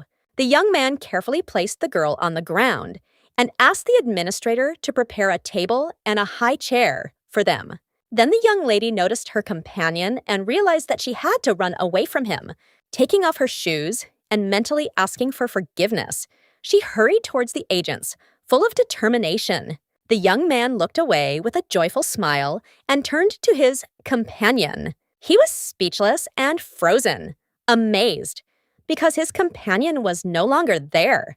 He tried to comprehend how this had happened, because just a few moments ago, she had been literally next to him. After some time, the young lady arrived at the destination. She was a little discouraged because she saw many birds talking to her. Koko greeted all the birds present with a smile and also informed them that she had not brought them any food because she had sneaked in. But she still wanted to ask them for a small favor. She wanted to tell them her story, but at that very moment she was taken aback, and for a moment there was a pause, as for some reason everyone suddenly fell silent. Koko then wondered if they hadn't heard her, but at that very moment she saw a menacing bird who was wondering who she was. They surrounded her, trying to find out how she was able to understand them. Koko, with a nervous look, assured her that she would explain everything while feeling confused because events were not developing at all as she had planned. He looked menacingly at the young lady and declared that she must answer all their questions. He wanted to know how she knew about them, and at the same time, he wondered if she had been sent by spies. Koko was puzzled as the birds surrounded her from all sides. At that very moment, she could not stand it any longer and declared that she had come to them with a request. He asked in bewilderment why he should believe her. Then she informed him that she knew Choglas de Cardian III, the chief of the Free Dogs. He was taken aback and asked how she knew such a name. At the same time, the young lady said with a smile that they were friends. She quickly handed him the doll and stated that she had a doll that he gave to his closest friends. He was taken aback, as he knew that this doll could only be in the possession of Choco's trusted friends, and they immediately checked it and made sure that it was real. Koko was happy because her trump card worked because she found the toy with the help of the mice, as she assumed that she would need it. She and Choco had known each other since the time when she was still called Aurora. She knew that he was the legendary leader of the Free Dogs, and at the same time, she understood that someone else remembered him. He sighed heavily, as he did not at all believe that the dismissed dog had chosen a human, but still he had no choice, and he intended to listen to her. Koko stated that she wanted to know about the gift of Saint Philip, as she heard that the ring could completely absorb dark magic, and she wanted to know where it was and how to get it. He sighed heavily and stated that he did not know the information about this item, but he knew that it was an extremely dangerous artifact, and he asked why she needed such an item. Then the young lady looked at the birds with pity and said that she needed this item to save her friend. She looked closely at Schwerp and asked if he remembered when Aurora turned to him for help. She wondered if he now wanted to return the debt. Schwerp froze in surprise for a moment, He had been injured earlier, and to his surprise, help came from outside when he least expected it. He was very surprised because he did not expect to hear this name again. A moment later, he sighed heavily and, agreeing with her, informed her that he would contact her later. His subordinates interrupted him in slight bewilderment. He sighed and declared that she could now go back, and the young lady glowed with happiness. As she left, she cried out joyfully and declared that she would wait for his answer. A moment later, a subordinate of the leader flew up to him, informing him that elite agents were already on their way to the ring and would soon reach their destination. He asked the leader in surprise if he would really give St. Philip's gift to a common man, since he had previously thought that his leader hated people. Since, unfortunately, he almost died in his youth because of a man, Chwerp stated that this was so, but in turn, he understood that the girl understood why he created the daybirds. He understood that good always returned good. These were the very words of the free dog. When he was on the brink of death, the light of his body healed him. Chwerp simply could not forget that wonderful day, because then he was a simple dog. And Chwerp still did not understand what power he possessed. Chwerp sighed and declared that when the name of the Savior was spoken, he could not refuse her. Chwerp said with sadness in his voice that people never knew how it all happened. But the dog's death was shrouded in many mysteries. He understood that this was simply a whim of fate, but later the man himself came from there. Standing by the window, Chwerp called out to his agent, carefully observing what was happening outside the room. He sighed heavily and asked him to look after the child, making his way into the Duke's house. At that moment, he realized that now they could finally solve the mystery of Aurora's death. After Koko returned home, an angry Chloe was waiting for her, as Chloe had already heard that the girl had left the cafe without asking. At that very moment, the young lady froze in a daze as she realized that punishment awaited her. Chloe glared at the girl and declared that she wasn't interested in her plans at all, since she had promised herself that morning that she wouldn't get into trouble. The young lady could not bear it any longer and shouted that her plan was not dangerous, and she could swear to it. Chloe sighed heavily and raised the girl this time, but a moment later she stated that the tigress was looking for her. She informed the girl that the tiger's black lion mark had manifested again. Upon hearing this, the young lady was instantly stunned with shock. A moment later, the young lady ran to the doctor and asked in a hurry if the tigress was okay. The man sighed and said that everything was very strange because she was healthy, but the black lion's mark did not disappear, and they did not know what to do.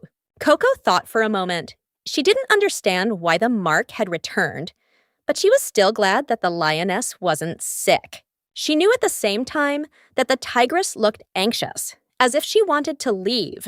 At that very moment, the young lady realized what the problem was. She looked closely at everyone present and asked if she could talk to the tigress alone. They agreed to her request. Then Koko approached the tigress and asked if she was okay. Koko asked for forgiveness because she was wrong. She understood that she needed to find a friend for the tigress earlier.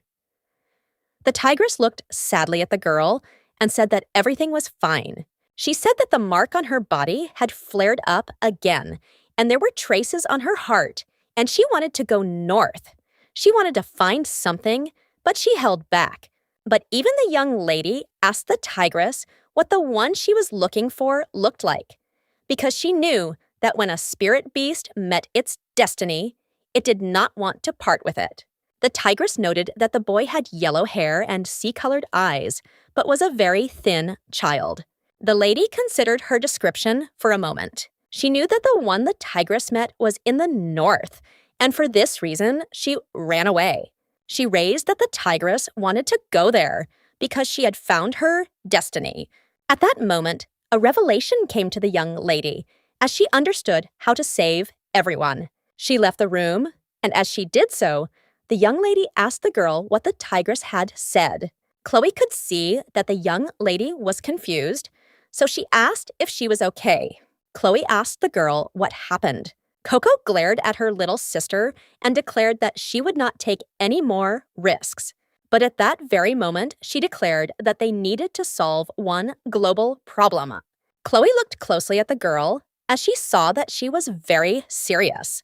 At that moment, she smiled, demonstrating her willingness to listen to the words of the young girl.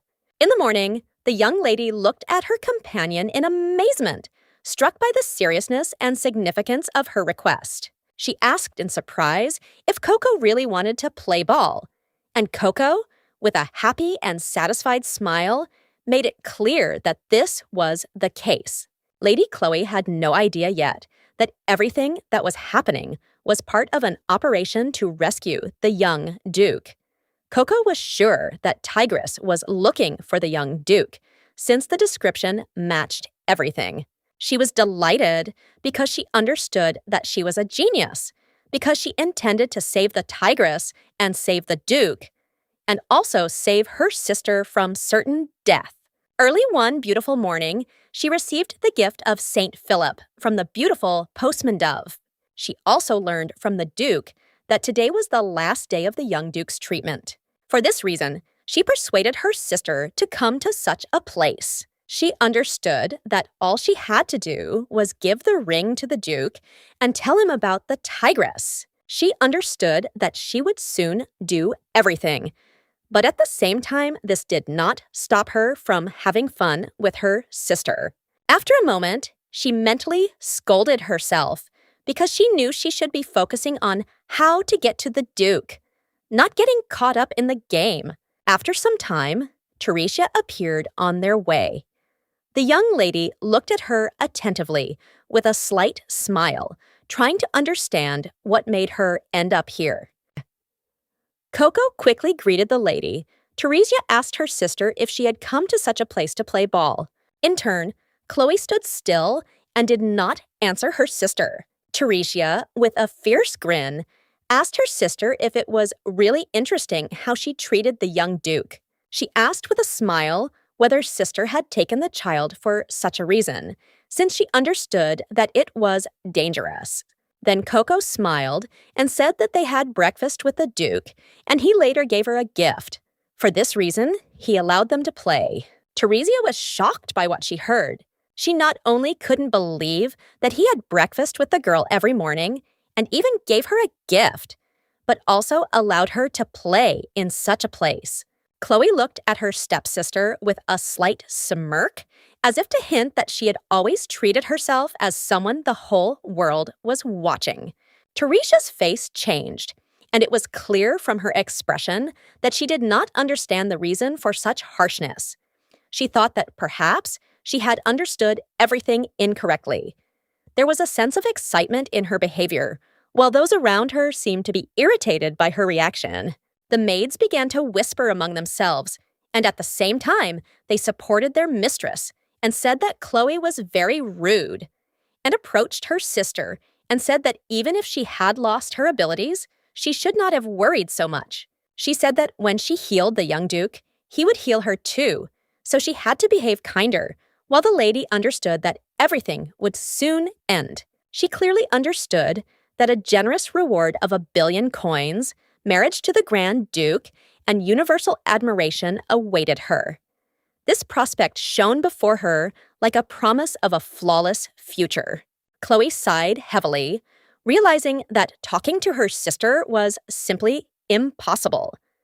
At the same moment, the lady coldly remarked that she should hurry. She knew perfectly well that the young Duke was already waiting for her in his apartments. Koko approached the lady and gently asked her not to pay attention to her sister's words. At the same time, Chloe noted that this did not bother her at all, and Koko, with a slight smile, admitted that she was glad about it. After some time, the young lady, with a satisfied smile, informed the boy that his treatment was almost complete, and he would soon feel better. Caligo, in turn, was puzzled because he understood that she was lying to him, and in fact, he did not feel any relief. Theresia continued to treat the young man, and Madame supported her in this with all her might. With a fierce grin, she looked at the Duke and announced that she would now carry out the final procedure, after which he would fully recover, putting all her strength into this. She understood that she had to give it her all, because soon she would be rewarded with praise for her efforts. A moment after the treatment, the young lady staggered from loss of strength, and the maid hurried to her, alarmed at her condition. The maid, with a worried expression, told her mistress that she had overdone it. Theresia assured the maid that this was not the case, and that such things were a natural process. At that moment, she turned her gaze to the young Duke, wanting to assess his condition. But seeing blood pouring from his mouth, she was horrified. She stood numb, not understanding what was happening. And at the same moment, she was tormented by doubts as to whether her strength had really been powerless. She rushed towards the Duke, determined to try again, but he rose and coldly demanded that she disappear. He came closer to her and said angrily that she herself had said earlier that he would recover, but she had completely failed, and now he was on the verge. She was in shock and understood that this could not have happened, and she simply could not have been mistaken. Theresia rushed to the Duke, confident that she could cure him, and was ready to do anything for this. After all, her goal was the status, wealth, and glory of a saint. He looked menacingly at everyone and ordered them to leave the room immediately, warning that otherwise they would die. At that very moment, everyone rushed to the exit. She raised the thought that everyone would think that he had gone crazy for her treatment, and then all her plans would go to waste. Leaving the room, she announced that the Duke had refused treatment and was in a real hysterical fit. She insisted that her treatment was flawless, but the young Duke angrily declared the opposite, and soon he began to exhibit strange symptoms. At that moment, everyone rushed towards the young Duke, hearing his piercing cry from the room. Theresia looked into the distance with a slight grin, realizing that everyone around her cared about people like her. The Duke felt a deep emptiness and knew that since everyone looked upon him as an insignificant nobleman, it would be better for them if he simply passed away. But a moment later, he froze as he heard the voice of a young lady screaming and calling for him. Koko, like a flash of lightning, rushed towards the young Duke, determined to save him. At that moment, Caligo was taken aback and angrily asked the girl why she had come to such a dangerous place. But he could not restrain himself and insulted her. He was stunned and couldn't understand why she appeared again after he ordered her to leave. Koko came closer. Her determination was palpable in every movement because she gave herself a word to save him. She squeezed his hand, a sense of determination emanating from her every movement, a reminder of the promise he had made. There was a slight worry in her gaze. She wanted to understand how much time he had spent waiting. With tears in his eyes, he looked at her and wondered if she really came for him, because he treated her terribly. But for some reason, she was kind to him. He suddenly pulled back, his body tensing in rejection, clearly showing that he was not ready to accept such a thing. She looked at him with horror and bewilderment, unaware that Caligo had no intention of dragging her to hell. He watched her intently for a moment, his power vibrating visibly in the air, filling the entire room with tension. After a moment, he sighed heavily and apologized, but his power continued to grow, filling the space and intensifying the darkness around him. The young lady was taken aback and asked the young Duke to wait a bit, her gaze betraying her desire to share important news. At that moment, she couldn't bear it any longer and rushed towards him, not intending to let everything end this way. Caligo froze, as if the whole world had suddenly shrunk around him, his mind trying to catch up with what was happening. But he couldn't believe the courage of her actions, and a cold shock ran through his entire body. The young lady in turn rushed to the Duke and called him. But it all turned out to be in vain. The children disappeared in that same moment, leaving behind only empty darkness and the faint echo of their footsteps. Teresia was instantly overcome with a terrible fear that spread throughout her body when she simultaneously noticed the subspace. If the rage did not stop in time, a similar space would form in which the rebellious force would break out completely, and it would be impossible to escape from it until death occurred. Teresia was filled with fear, knowing that this should not have happened, but she did not know how to fix the situation. Chloe looked at her sister with fury and bewilderment and asked if she had really done all this, and she wanted to know where Koko was. Teresia looked at her sister. In this situation, she instinctively looked for Koko instead of the Duke. She realized that she could get away with it by shifting all the blame onto her sister. With tears in her eyes, she looked at her sister, realizing that she was accusing her without knowing the whole truth. While she said that it was because of the girl that the Duke went crazy. Teresia said that he was already on the edge, and the appearance of the girl and her tears provoked him completely. She looked at her sister intently, realizing that they were both now facing death. But she didn't know what to do. Chloe stood frozen in a daze, unable to come to terms with the thought of losing Koko.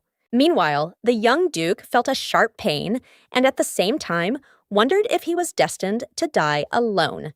But after a few moments, he came to his senses, remembering that the girl had jumped with him. He felt anxious for her and, looking around, noticed her nearby. He quickly came closer to her, calling her.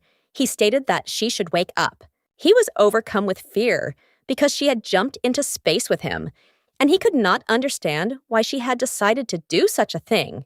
With a pain in his chest, he realized that he had deliberately locked himself in this place, ready to die alone while striving to provide her with a way to escape. Koko looked at the young man intently, her gaze shining with determination, and she promised herself not to leave him alone. At that very moment, she put the ring on his finger, determination emanating from her every movement, promising to save him. He was dumbfounded by the unexpectedness of her action. She smiled at him, her eyes full of playful determination, and he felt he had to promise her something. She thought with a contented smile that after his return, he would have to promise to be happy. At that moment, the young man noticed a bright glow nearby. Caligo was genuinely stunned, feeling his rage gradually subside. He was perplexed as he tried to understand how she was able to heal him. Koko presented him with a ring with ancient magic. Its power calmed his rage. Koko hesitated, but made it clear that she had been delayed because she was getting it. Caligo was stunned and amazed at the same time. It was impossible to believe that a child could obtain such a valuable thing on his own. The lady looked at the Duke with concern, trying to understand if they would be able to get out. Her question remained unanswered. His rage completely sealed the space, and he did not have the strength to save himself. Caligo sighed and stated that before that happened, space would shrink. She was genuinely shocked by his words. He sighed heavily, feeling helpless and regretful, because if he had enough strength, he would have tried to push her out. He blamed himself for not being able to thank her for saving him. At that moment, the young lady lit up with a smile and made it clear that they would get out together. Meanwhile, the Duke burst into the room, his heart beating fast and excitement filling him at the thought that the young Duke and Koko could be in space. Teresia rushed to her father, feeling a mixture of anxiety and despair. Everything was going perfectly. But the girl's appearance disrupted the plans, and she did not understand how they could establish mutual understanding with the Duke's house. At that moment, she asked her father if it was possible to use the child's body for comforting purposes. Her sister's words caused a storm of rage in Chloe. The Duke also became furious, and looking at the young lady, declared that she must leave immediately. He shouted that the children needed to be saved before the space exploded, while simultaneously ordering the house to be cleared of people. The young lady was amazed by such determination and the tension of the situation. The Duke shouted that they must immediately contact the magic tower to summon a mage. Chloe, approaching her father, stated that even if they contacted the tower, it would take them time to get there. She looked at her father with determination, ready to take control of the situation. As a dark mage, her power was similar in nature to the Duke's magic, and this gave her confidence. The Duke was taken aback, amazed by her courage, because she herself was under the influence of rage. He could not believe that she was ready to risk her life. Not paying attention to her father, the girl confidently showed that she could handle it herself. At that very moment, she touched the void and declared that they could not delay. But a moment later, she was taken aback as she felt a strange movement in space, while she understood that such a thing could not happen. Then she shouted for everyone to move away as the space was collapsing. A few seconds later, everyone present saw a bright light, as well as the silhouette of children. They stood frozen in place, amazed that the children were safe and sound. Their faces beamed with happiness, filling the space with warmth and relief. Chloe stood frozen in shock and looked at the children in surprise as they were alive. But she did not understand how this could have happened. A few moments ago, the young lady told the Duke that they would be able to get out. He did not understand how such a thing was possible because no one had ever survived in such a place before. She informed the Duke that there was someone who wanted to see him. She asked him with a smile to greet his tigress friend. The black tigress, who had seemed familiar to him from the very first meeting, caused a flood of memories to come flooding back to him, and he once again clearly recalled the moment of their first meeting. He had made her a reckless and almost meaningless promise that he would survive. After he left, it seemed to him that he would never see her again. Caligo realized with a slight smile that he had kept his word. Koko said the tigress told her that they were destined to be together from the moment they met, and that any separation between them would affect their health. Koko explained that if they were together, everything would work out. He realized that their presence together would make him stronger and his mana would return to normal. Caligo, with a joyful smile, thanked those Grease for finding him. At that moment, he decided that as soon as they got out of space, he would give her a name. He pressed himself tenderly against her, reminding her that he was her first master. Koko looked at them with a joyful smile as she was impressed by their reunion.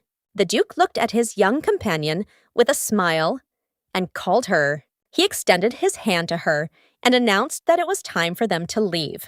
Caligo looked at his savior with tenderness and gratitude and invited her to look at the world outside once again. After some time, everyone present looked at the children in surprise as they returned alive. Teresia froze in fear, fully aware that what was happening was incredible and simply could not be reality. The Duke could not restrain himself and immediately rushed toward the young girl, trying to understand what had happened, while at the same time he was amazed and impressed by the vision of the tigress spirit. Koko smiled and stated that she had joined forces with the tigress and saved the young Duke, so they were now safe. She also reported that the young Duke and the tigress were captured, and everyone present froze in shock. At that very moment, the young lady accused Teresia of causing the Duke's anger, since all this time she had been treating him incorrectly. Teresia was puzzled by such accusations, but she declared that she was a candidate for sainthood and that her treatment was ideal. Before she could finish speaking, Caligo pointed out that Koko's words were true, and the lady had been unable to heal him from the very beginning. When he hinted at this, she simply ignored him. He said that she continued to treat him forcibly, and everyone present was shocked, as they did not expect that the lady would lie about something like that. Then she rushed to her father and said that she had done everything possible, but the Duke's illness was very serious. The Duke sighed, noting that she was again getting confused in his words. She looked at her father with horror and bewilderment, and he reminded her that it was worth remembering what she had said earlier. He stated that first, she accused the young duke and then the little girl, but he simply had no words for any of her excuses. He repeated everything she had said earlier and asked where the truth was in her words. The man sighed heavily and stated that he didn't want it to come to this, but he simply had no other choice. He knew very well how she devoted herself wholeheartedly to her family, but even so, it was clear that she had brought the young duke to such a state, so he decided to imprison her. The duke noted that until a decision was made, she should think about her actions and cool her head. At that very moment, the young lady fell to the ground with a crash, shocked by what she had heard. She did not understand how he could do this to her, and at the same time, she declared that she could not bring the duke to such a state. Teresia was filled with rage that he did not believe her. She could not understand whether he had really left her for some orphan and treated her this way only because she was only an adopted daughter. The duke was furious after hearing everything. He shouted that he would spare her only because she was his daughter. But if another nobleman had been in her place, he would have immediately said goodbye to life. He shouted that she could lose her tongue because of her words. She was confused, as she did not expect such a thing. As he left, he ordered his subordinates to take her to prison. Koko was jubilant and enjoyed her victory, feeling that it was a well-deserved punishment for her previous bullying of Chloe and Caligo. Caligo looked at the girl intently and declared that there was no need for them to stay in a place like this any longer. She was surprised and asked where they needed to go, because she wanted to be near her sister. She had spent the whole day saving the duke and was incredibly tired. She knew that if she didn't get some strength from her sister, she was about to pass out. The duke looked at them in bewilderment, as he did not understand what was going on at all. A moment later, he sighed heavily and said that they would see each other later, calling Tigress, and they walked slowly. Koko was so happy that she could finally be alone with her sister. Koko knew she had done a truly wonderful thing, and that her sister would now praise her. She froze in place, shocked by Chloe's fury, who looked at her with a look as if she wanted to show that no one would praise her for such a thing. Chloe asked the girl with anger if she really wanted recognition. Koko was dumbfounded and said that this was not the case at all. Koko knew that her sister might not have realized it, but everything she did was for her. She hoped that after this they would become closer, but she noticed that her sister was full of anger. She stood frozen for a moment, her heart constricted, but she unknowingly let out tears. Chloe moved closer to the young girl, noticing the cut on her cheek, and admitted to herself that she was very worried about her. Koko asked her sister in surprise if she was angry with her. Chloe, with a small smile, stated that this was not the case, but she still looked closely at the little girl and asked her not to do such dangerous things. Koko said, with a smile, that she hadn't done anything dangerous, and she wasn't worried because her little sister was always by her side. At that moment, the young lady picked up the girl in her arms, feeling the need to immediately begin treating her. Koko looked at her in surprise and immediately agreed. At that moment, Koko noticed small sparks around her sister and assumed that they appeared when Chloe opened up to her. She snuggled up to her sister with a contented smile and smelled her pleasant scent. Koko hoped that Chloe would soon soften and accept her. Caligo was amazed that they had met again and found themselves connected to each other. Koko had previously encouraged him to not lose confidence even if it was awkward at first. To his surprise, he realized that she was right, because they could become good friends. Caligo looked at the tigress with admiration, because he could hear her and understand her, just as they were imprinted. He smiled, finally about to fulfill his promise, and admitted that he wanted to give her a name. then carefully asked if she liked the name Amias, because in the ancient language it meant friend.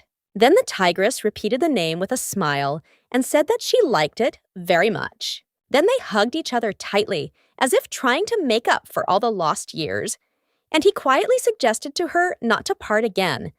And then, with warmth and almost trepidation in his voice, he added that from now on he was counting on her. A moment later, the lady burst into their room and asked the young gentleman why he was in such a place.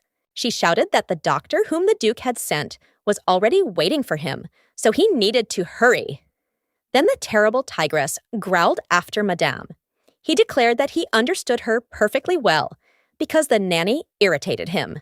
But it was she who raised him from the time he was still very little. After the death of his parents, she became the only person who remained close, supported him, and did not let him fall into loneliness.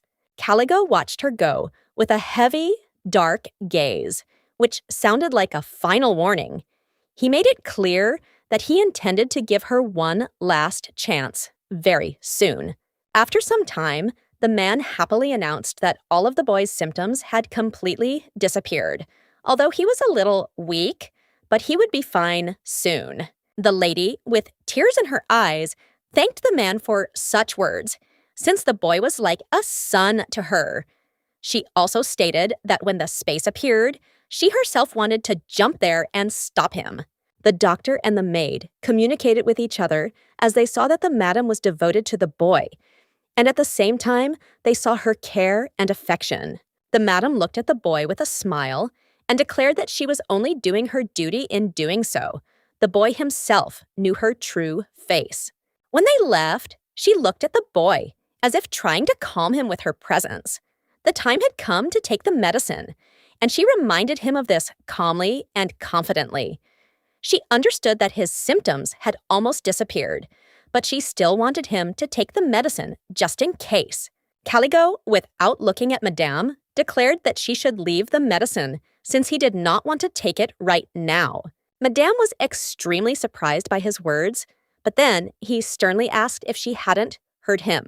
Caligo, barely containing his rage, cast a cold glance at the nanny, and then he made it clear that he wanted only one thing: for her to leave the medicine and leave immediately. As she was leaving, Madame asked what had happened, but the boy did not want to answer anything. A moment later, he sighed heavily and asked the nanny if she remembered the villains and fairy tales that she had read to him before. She was taken aback and looked at him in bewilderment. He stated that villains are always the true embodiment of evil.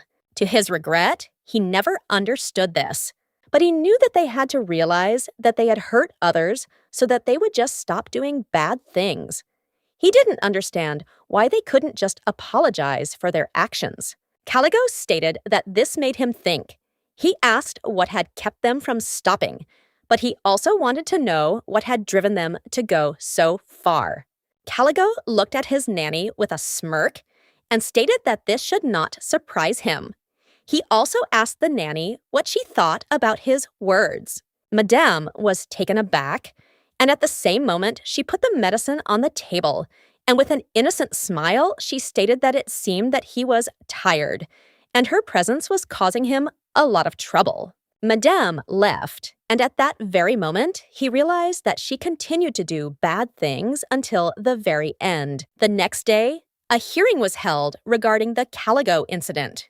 The Duke stated that Teresa would be temporarily imprisoned in the ducal prison, and he also announced that the Grand Duke of Rivera would later pass sentence on her himself.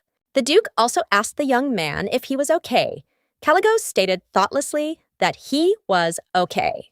The man sighed, as he was glad to hear such a thing, but he also said that they would talk about the spirit after the Grand Duke arrived. Caligo, in turn, was shaking so hard as if he could hardly stand on his feet, but he understood that he had no right to remain silent. He had to tell everything right now, while he still had enough strength to speak the truth. A moment later, the trembling and excitement subsided. Koko gently touched him, and her warm, gentle smile softened the tension. With one simple gesture, she made it clear that he was not alone and that she was ready to support him, even without words. He looked at her with embarrassment, but almost immediately felt confident, realizing that he would be able to tell her everything. The Duke then stated that if there were no more issues to discuss, then some could conclude this meeting. Gathering his courage, Caligo resolutely prepared to tell what he had long kept to himself. There had been an evil man next to him for a long time who had tormented him, and now he felt that it was time to share it. At that moment, the Duke was overcome with rage and indignation. His gaze narrowed, and he eagerly tried to understand who exactly the boy meant. Caligo, without wasting a minute, pointed to the nanny. Madame was taken aback, not expecting to hear such a thing, and he made it clear that it was she who gave him the medicine made from the parapo fruit. He claimed that she used a similar poison to brainwash him and control him for her own purposes, while he asked the Duke to detain the nanny until his older brother arrived.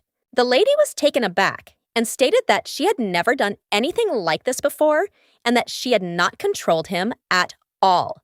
She also said that this was the first time she had seen such medications. Koko glared at Madame, her eyes sparkling with determination.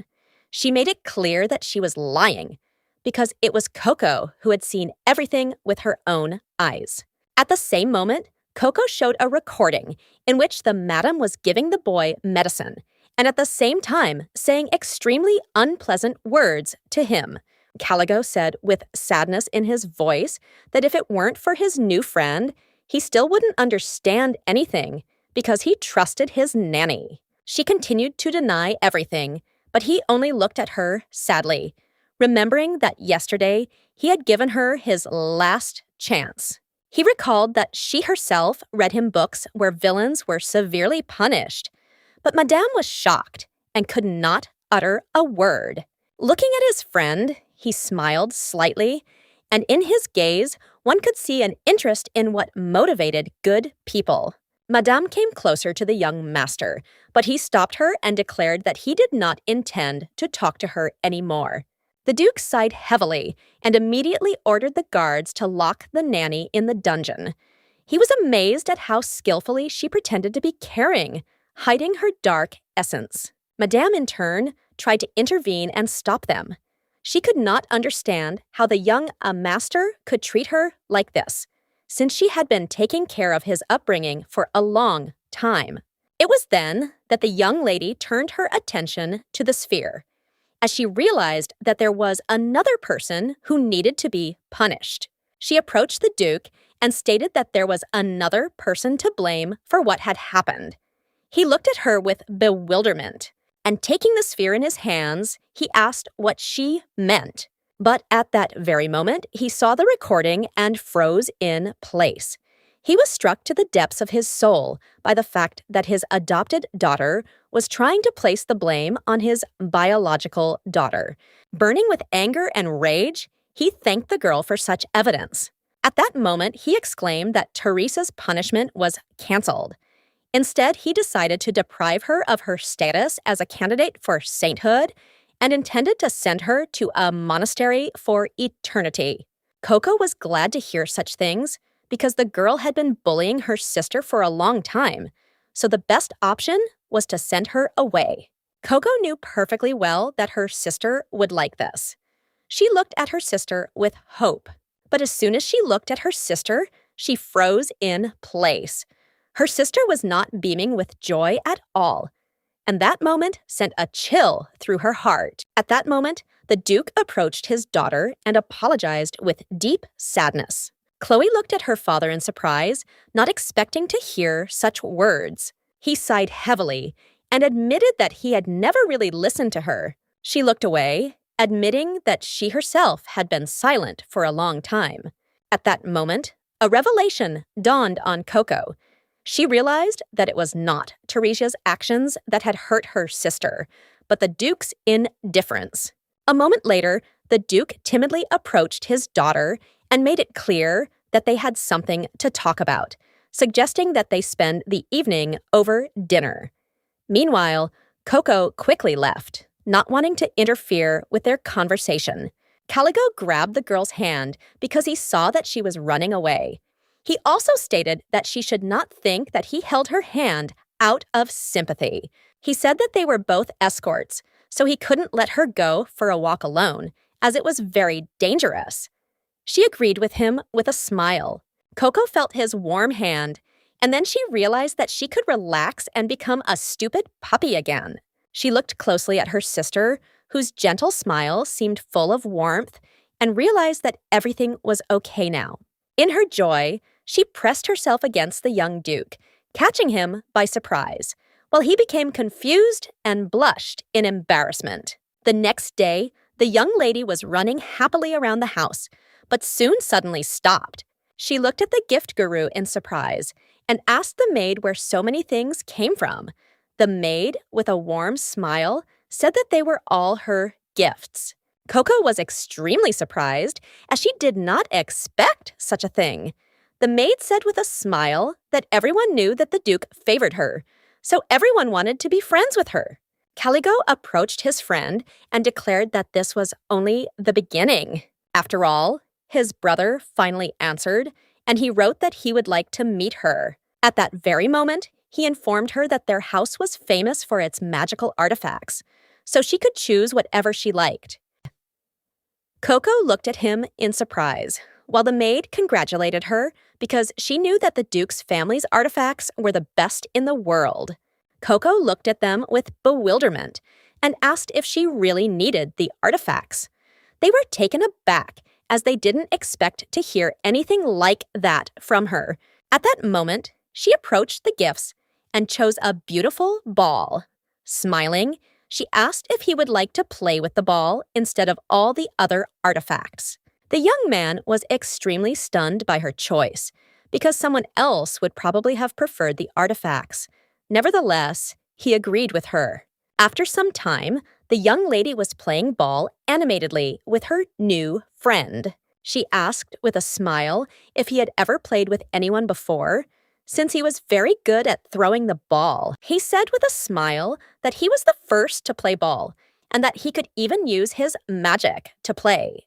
Koko looked at him with surprise and delight because she knew that he had completely recovered and could now make friends. At that very moment, she began listing all her friends and said with enthusiasm that she would introduce him to each of them.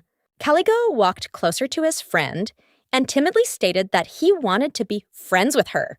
When she heard his words, she immediately beamed with happiness and with a smile declared that she would be friends with him. He sheepishly asked if this was true. Koko said that it was, and they could pinky cement their friendship. He looked at the lady with a tender smile, as she was his first friend. Koko happily told him that he should not despair, as he would soon have many friends. But a moment later, she fell silent as she heard someone approach her. Caligo instantly beamed with happiness and greeted his older brother. The Duke asked his brother with a smile how long he had been waiting for him, and he apologized for the delay. Caligo joyfully rushed to his brother and declared that he was ready to wait for him.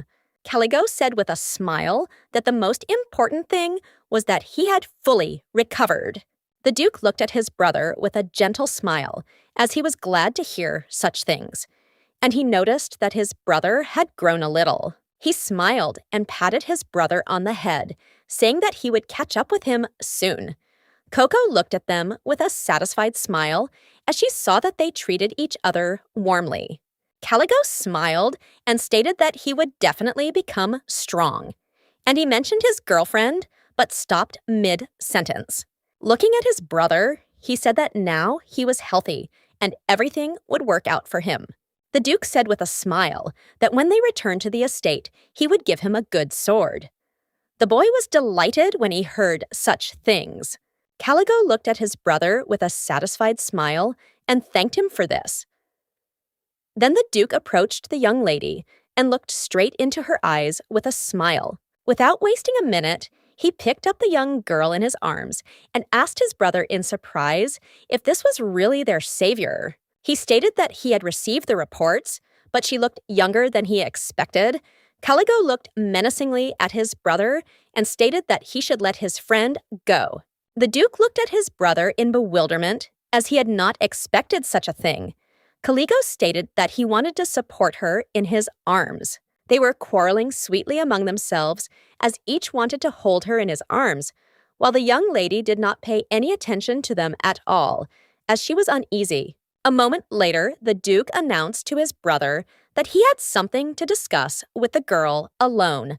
Caligo, in turn, was very angry and embarrassed by this. After some time, the Duke was talking nicely with the girl, and he wanted to know if she had really saved his brother. Koko stated that this was so, but he noted that she had done something else. He smiled and asked what she wanted in return. Koko was surprised and said that she had already received a lot of gifts and that she didn't need anything else. He sighed and stated that he had already promised that he would give her anything for saving her, so he could not break his own promise. At that moment, the young lady became thoughtful, for she knew that she had to keep her promise, but at the same time, she wanted nothing but her sister for days. Then the Duke opened the small parchment before her and declared that she could choose whatever she wanted. At that very moment, she began a close examination of all the valuables. Without hesitation, she pointed to a small rock. The Duke was taken aback, realizing that he had made a mistake. He stated that she could see the stone in eternity. It was their family heirloom, created by the first head of the family, who was a jeweler, and he asked for forgiveness. But he could not give up these treasures. She sighed and said that she understood everything, but she didn't know what to do, because she didn't need anything else. Then, the young lady said with a smile that she had an idea. She looked at him intently and said that he could give her his entire fortune as a reward. And with that money, she would buy the Eternity Stone from him. The young Duke froze in shock, as he had not expected such a thing. She smiled and asked if this was possible, as she was very cunning. At that moment, the Duke could not restrain himself and burst into wild laughter. She looked at him in surprise, not understanding the reason for his amusement. Smiling, he stated that he simply really liked her proposal, but he still agreed and said that he would give her the Eternity Stone. A moment later, Koko approached the Duke and quietly whispered to him the information about the Stone of Eternity. He was shocked by what he heard, but then the young lady declared that her words were true. After some time, the man told his masters that the young Duke was left alone with the young lady. The Duke sighed heavily and declared that everything was fine, since he himself had asked for a private audience when he came to them. Russ stated that he was simply infuriated that the Duke accepted his sister when she was covered in dust. He wanted her to change her clothes first. Chloe sighed and stated that this was already overprotective on his part. She knew he had come suddenly and taken the little girl, but it was still a planned meeting. The Grand Duke had excellent creation ability and wielded a sword. He was a genius from birth, as he possessed several abilities. He was nicknamed a madman, a scientist who enjoyed hunting magical creatures with the magical artifacts he created. Chloe knew he was known for his devotion to his younger brother, but it was unclear how he treated other children, so she was worried. After some time, all their worries disappeared as the young lady greeted everyone with joy. The young Duke kissed the girl tenderly and declared that the next time he asked for an audience, he would prepare a gift for her. She was shocked by this, and at the same time, she wanted him to let her go immediately because she had already seen how her relatives were burning with anger and rage. The young Duke declared that it was time for him to leave, and at the same time, he called for an advisor. As he left, he looked at the young lady with a satisfied smile. He also noticed that the girl ran up to her sister, and they seemed very cute to him. At the same time, the advisor asked the gentleman in surprise if he really intended to give the Eternity Stone to the young lady, since he knew that it was their family heirloom. He cried out in alarm that this was too generous a reward, But the Duke only declared that he did not need the stone for the war with magical creatures. And besides, it had been lying idle for a long time. He stated that this was the Savior's wish, and he simply could not refuse her. And besides, something seemed very funny to him. At that moment, the Duke's expression changed, and he wondered why she had chosen the Eternity Stone. The man was taken aback and looked at the young gentleman with fear because he realized that he was interested in the young lady, but he did not understand what the Duke was thinking about. He then asked his assistant to contact the young lady and arrange a short meeting. After some time, the Duke finally met with the young lady over a cup of tea. At that moment, every look and every movement were filled with attention and cautious closeness. The Duke glanced at the girl with a slight smile and made it clear that she should not worry. He simply wanted to convey something important to her. Chloe looked at him in surprise and asked with slight doubt if he really intended to give her something. He smiled and stated that this was indeed the case, as he had been approached with an anonymous request. At that moment, he handed her the Eternity Stone, and the young lady looked at it in surprise, not expecting such a gift. The Duke said with a smile that it was created by his predecessor, and he also said that the man had created this magical instrument for his beloved. He said that if she infused the stone with life force, it would reveal where the one she loved was. Chloe said that she didn't want to receive someone else's family heirloom. The Duke said with a smile that he himself was not eager to give away someone like her, but he did it because he was asked. And for this reason, he wanted to make a little friendship with the anonymous person. He looked closely at the lady and with a hint of hope asked if she could help him with this. Meanwhile, the young lady ran joyfully around the room, humming a melody and arranging flowers in a vase. Chloe approached the girl and asked if it was really her. She persuaded the Duke. Koko was taken aback because she did not expect to see her sister so early. Chloe said that she knew full well that it was Koko who told the Duke to give the stone to her. Koko froze in shock as she realized that she had been exposed. Chloe asked the girl why she did something like that, since she didn't need the stone. Koko stated that she would need him, and she simply had to breathe life into him by thinking of someone she loved very much. She looked at her little sister hopefully and asked her to try it. Koko knew that if Chloe breathed life force into it by thinking about her, then she would definitely notice her presence. Unfortunately, she couldn't reveal her true identity, but she knew that her little sister was very smart. So a small hint would be enough for her to find out the truth. She hoped that the young lady would immediately figure out what was going on. Then Chloe's face changed, and she stated with pity that the one she loved most was no longer alive. Koko was shocked because she was standing right in front of her sister, but sister didn't understand it. Chloe said that she couldn't put life force into the stone yet because life force was the energy that was deeper in a person than mana. She said that she was not in a condition to properly manage mana now, so there was no question of life energy production. Koko knew her little sister was calm, but something was still troubling her. Chloe stated that the girl could try herself if she had the one she loved, and then, to the young lady's joy, she declared that she would try. At that very moment, Chloe handed her the stone, and in that simple gesture, one could feel the full importance of the moment. It seemed as if the very silence of the room held its breath. Koko knew perfectly well that the person she loved was, of course, her sister. So as soon as she touched the stone, it began to glow brightly. Chloe froze in shock for a moment. Koko looked at the lady with a smile and stated that her favorite person was always by her side. Koko took her sister's hand with radiant joy. In her every movement and look, one could read boundless love. Love stronger than anything in the world, which she felt only for her.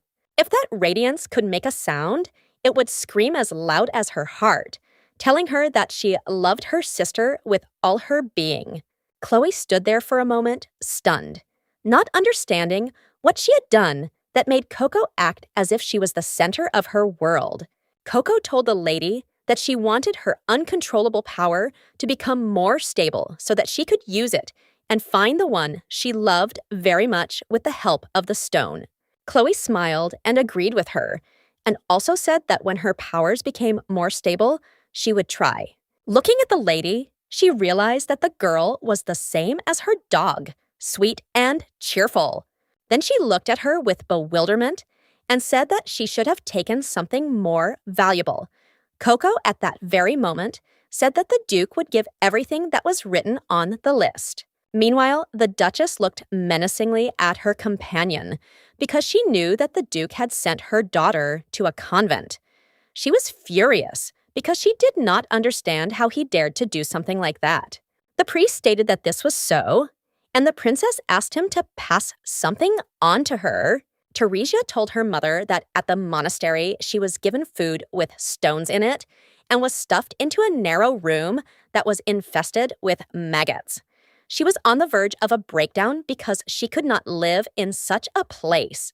Madame was furious because the Duke had supported the hand of a simple orphan who had appeared out of nowhere, and in doing so, he had betrayed her daughter.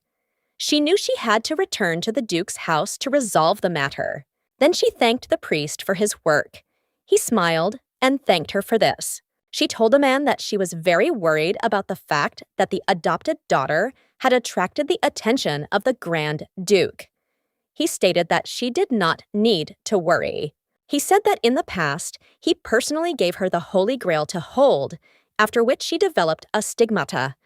But she did not show any superpowers, and her eyes were completely empty. The Duchess knew that the girl was soon due to visit the temple for a re-examination. He smiled and stated that she should not worry, as the Holy Grail was accurate, and the mark that disappeared could not appear again, and her abilities would not appear out of thin air. He said that the Duke could not have adopted her, even if she had been a real, blessed child. Madame was glad to hear this. At the same time, she stated that it was time for them to go to the Duke's house, since she wanted to quickly restore order there. A few days later, the priest came to an audience with the Duke. The Duke thanked the man for the journey he had made. The man said with a smile that he should be grateful to them, since the Duchess had taken care of him. The Duke stated that he had summoned a priest for Togo to confirm the relic for the ceremony. The man said, with a smile, that he had brought everything, and they could examine her at their leisure. At that very moment, he presented them with a silver cup from which the god himself had drunk. It was said that whoever was under the blessing and touched this cup, even for a moment, would receive a sacred sign. Koko looked with delight and surprise at the Holy Grail, which in the future would help her return the sacred sign. She asked the Duke if they could reverse the adoption if she had a sign. He said the official ceremony would have to be done again, but if they had proof, it could be done faster. At that very moment, she screamed and declared that she wanted to touch the Grail. For a while, she stared at the divine Grail, not daring to touch it, but she knew that she would soon be able to become a full-fledged member of the family. But when she touched the Grail, nothing happened, and a dead silence fell over the room, as if all the air had frozen in anticipation of a miracle that never happened. Koko was confused because she didn't understand why nothing happened. The Duke sighed heavily and asked the girl not to worry so much. The Duke announced that they would continue the ceremony tomorrow as planned, and the priest watched them with a satisfied grin, as everything had happened as he had planned. After some time, the young lady was sitting quietly in the garden, and she was very upset. Caligo approached his friend and asked what had happened, as he could see that she was upset. Koko looked at her friend in surprise, knowing that he was supposed to be with his brother. Caligo explained that his brother was away on business, and he himself received permission to play with her a little. He looked closely at his friend and asked what was the matter, A moment later, he learned that when she touched the grail, she did not receive the sign, so she could be denied adoption. She was sad because she realized that everything was very strange, because she had already received so many blessings. Koko was upset as she had just started to grow closer to her sister, so she didn't want to accept the breakup. He asked if her ability was different from the generally known one, and Koko asked in surprise how he knew about it. He asked if she could win the favor of animals. She herself did not know the answer to his question, but since childhood, she could talk to them.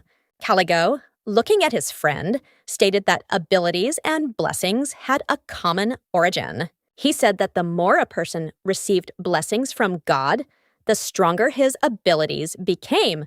So she just had to try to show her abilities. He looked at her intently and stated that she could also find the conditions for her appearance. She had never thought about her power before, but Koko knew that she could talk to animals. Thanks to God's blessing, she knew the future, but she also successfully helped her sister in her affairs. And it was all thanks to the blessing of the dog, God. At that very moment, she remembered the sparkles that appeared every time her sister picked her up. Koko realized that all she needed to do was get closer to her sister, and if they were close for a while, she would receive a sacred sign.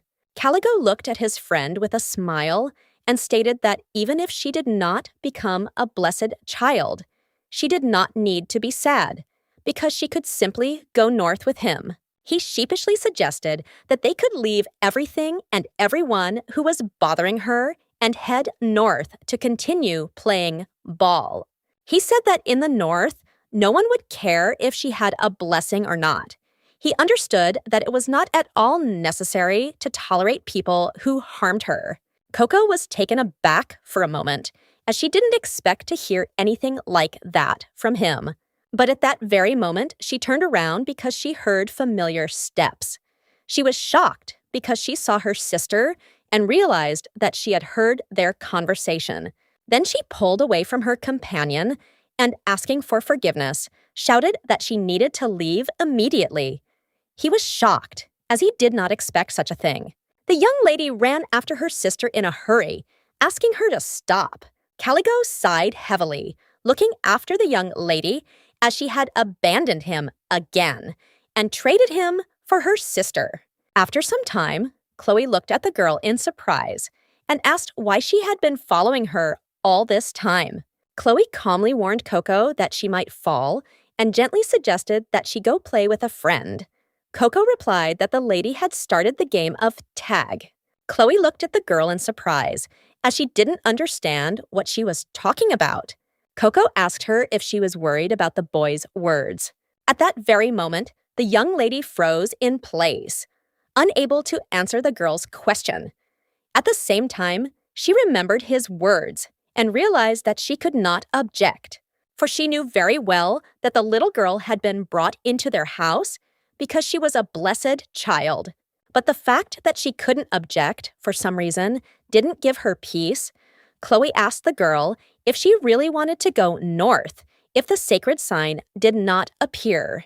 Koko couldn't stand it any longer and declared that she would not go anywhere, neither to the north nor from the Duke's house. She looked closely at the young lady and said with a smile that she would always be by her side. Puffing out her cheeks, she said that she had come running to get closer, but the young lady asked her some strange questions that caused slight bewilderment. Koko said that tomorrow she would be recognized as a blessed child, so she wanted to show her something. At that moment, she fell to the ground and began to roll on the floor. Chloe looked at the girl in confusion and asked what she was doing. Koko was a little surprised, as it had helped her before, but she was puzzled because there was no sparkle. At that very moment, she sat up and stated with disappointment that even turning over onto her stomach had not helped. Koko looked at the lady with a beaming smile and asked if she could fulfill one request since she showed her her belly. Chloe picked up the young girl and asked her what she wanted. Koko asked the lady shyly if she turned out to be a blessed child and had a sign, could she then call her sister? Chloe was shocked by what she heard. Since she had previously told the girl that she shouldn't call her sister because she wouldn't be adopted anyway, she understood that it was stupid to remember something like that. Chloe sighed and stated that the girl could do anything. Koko couldn't hold back her radiant smile. Chloe looked away from the young girl in embarrassment and stated that she could call her whatever she wanted. Koko was genuinely glad to hear this. She looked at the young lady intently and stated that in that case, she had tried to make herself the young lady's real sister. She was delighted, and at the same time, she could not contain her emotions. Chloe stroked the girl's head tenderly and asked her to try harder. Chloe also told her companion that they would have a banquet in the evening, and therefore they should prepare. After talking with her sister, she felt terribly strong because her radiant smile gave her strength. That same evening, a banquet was held in honor of the Duchess's return. Koko ran around the room with joy because she had never seen such beauty before. She looked at every corner of the banquet hall with admiration. But moments later, Anna saw her brothers and greeted her friend with a smile. Koko ran up to her friend and, taking him by the hands, asked how long he had been waiting for her. With her actions alone, she confused the boy.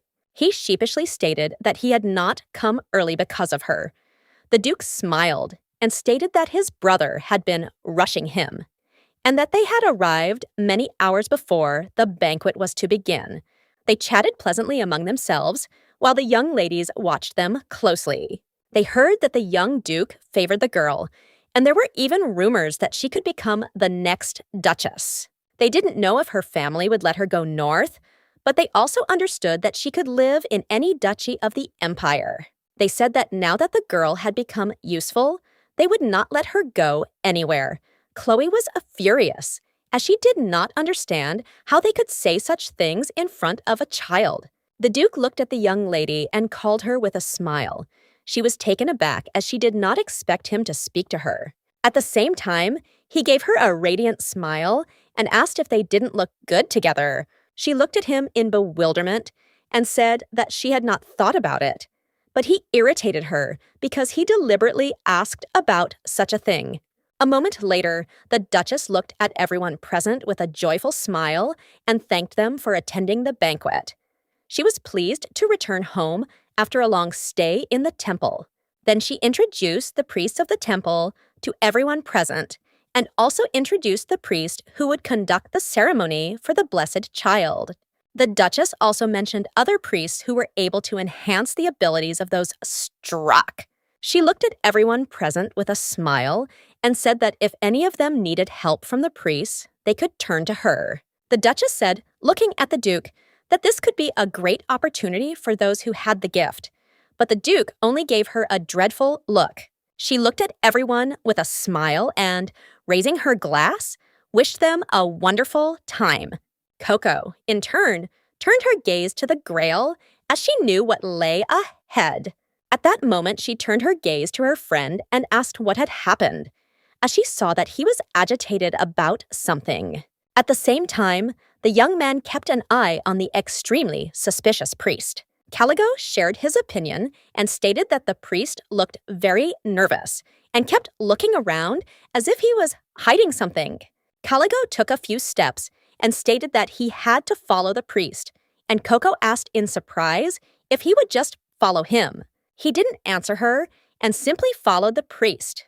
Chloe, in turn, looked closely at the girl as she realized that she was up to something again. She wanted to follow the girl, but then the young Duke approached her and with a radiant smile invited her to dance.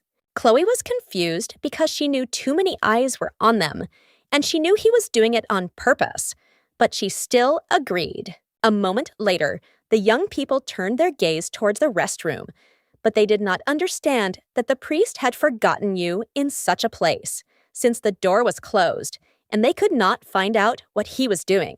Caligo looked at his companion with a satisfied smile and stated that she did not need to worry about such a sight.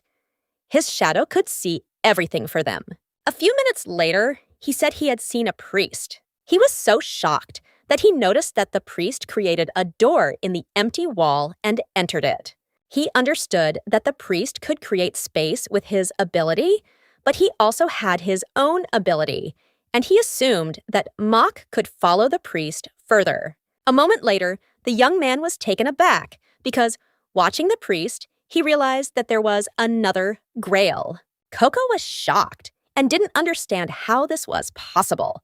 He said that he also had no idea what was going on, but he knew that the cup of God was only one grail, but in fact a unique shrine that appeared to be a temple. Koko was taken aback and immediately declared that one of the bowls was fake. Caligo hastily declared that they must find the real cup. Koko was puzzled, as he knew that only a priest could open the door to space. The young man admitted that he had an idea, although he himself treated it with some dissatisfaction. The long-awaited ceremony took place the next day. The Duchess looked closely at the priest and asked if everything was all right with the cup, at which point the priest said with a smile that they didn't need to worry about anything. He personally made sure that the real grail was in place. No one but him could enter his space, so the plan was going as planned. He gave the grail to the young lady with a fierce grin. As expected, there was no reaction, and then the priest said with a smile that it seemed the gods had not bestowed any blessing on her. She could not bear it, and at that very moment threw the grail onto the ground. Everyone present was shocked, because they did not expect such a thing from her. Without wasting a moment, she glared at everyone present and declared that the cup was fake. After her words, the priest became furious because she had desecrated the shrine at a sacred ceremony and also stated that the grail was fake. He was furious and shouted that she should back up her words if she could do such a thing, while Chloe defended the girl and stated that she would provide evidence. The Duchess looked menacingly at the lady and asked how she had behaved in the presence of her elders. She stated that the girl should return and apologize. She made no attempt to hide it and declared that the ceremony had been rigged from the very beginning. The priest became enraged and exclaimed that this was not so, but she confidently assured that they had evidence, as well as witnesses to what happened. The priest froze in place, amazed and not believing his ears. Then Caligo came forward and declared that the priest had hidden the real holy chalice.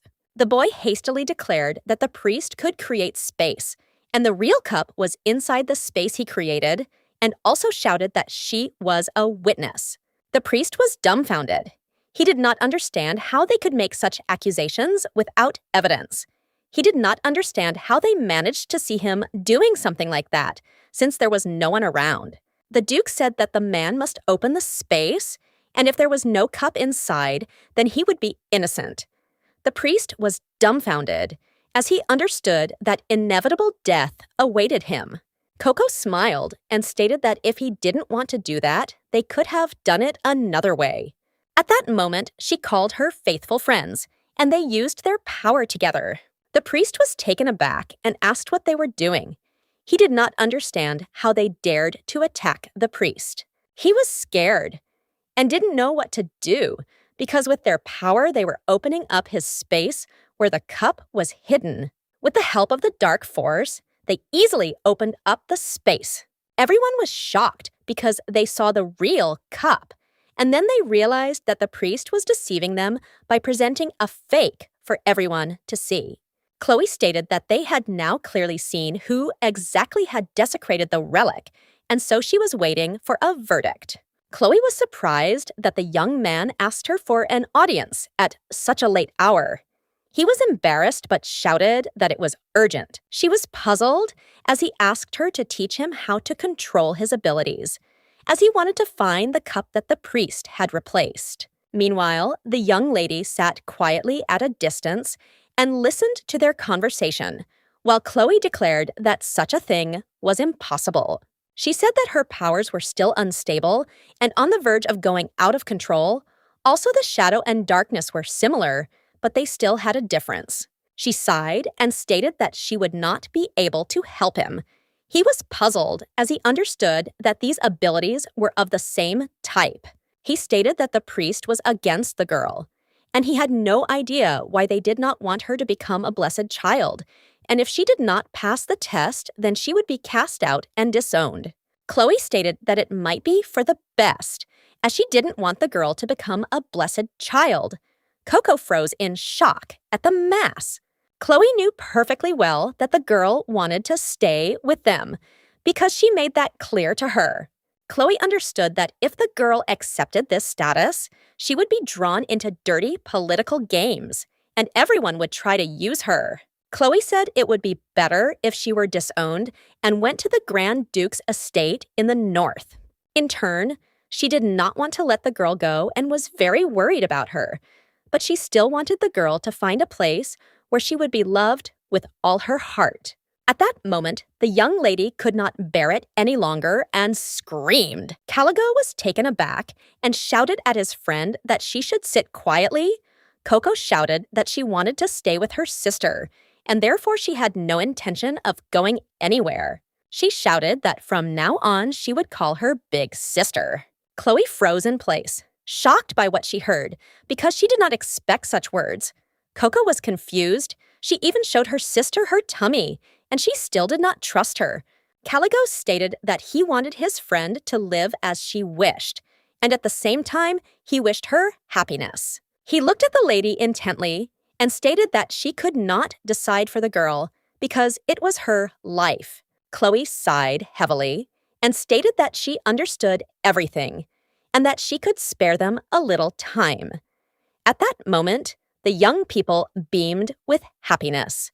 Chloe looked at the boy and said that she would teach him how to control the shadow, and first she asked him to close his eyes. She told him that the essence of shadow was stealth, and she wanted to guide him so that he would feel the flow of mana, the layer of pure structure that surrounded him.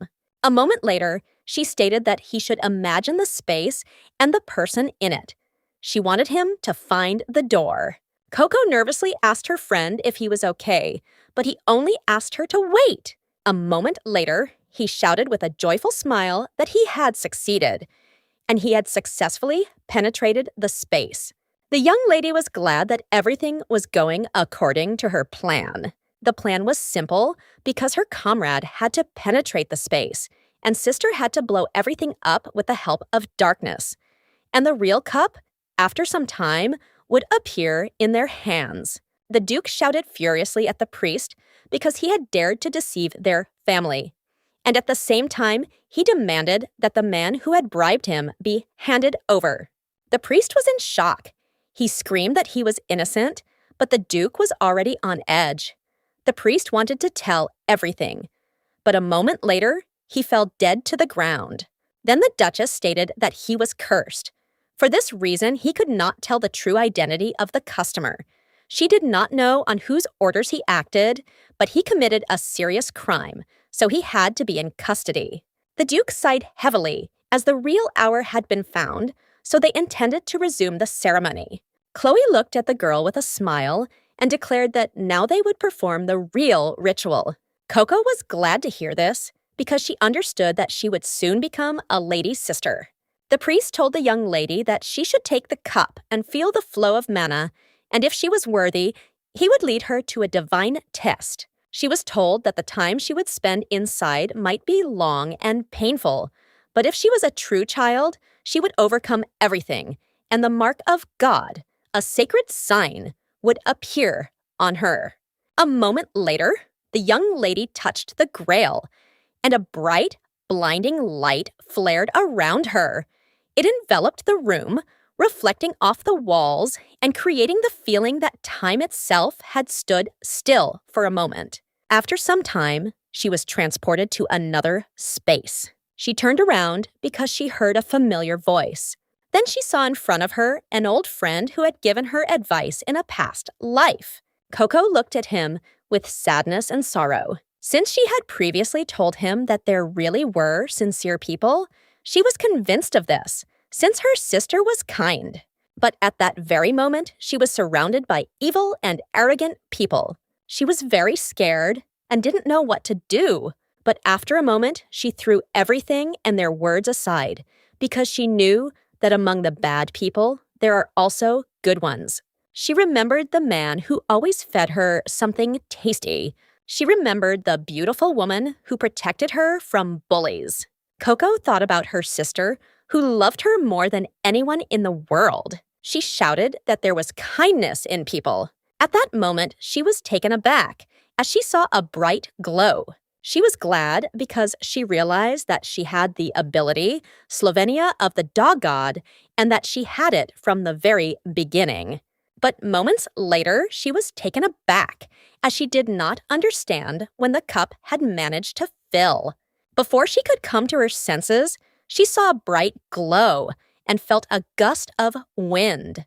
A moment later, she was transported to dog heaven, where she was met by her friends. She greeted them with a smile. But she did not understand how she ended up in such a place because she was a human. They said that she realized her ability and went through this place. For this reason, it was her test. They asked her if she knew how great her shining ability was. Koko was a little confused as she knew that the glow just came out of her hands. They stated that she was mistaken and that her ability was not just a glow, but something more. After all, her ability contained the power of healing and purification.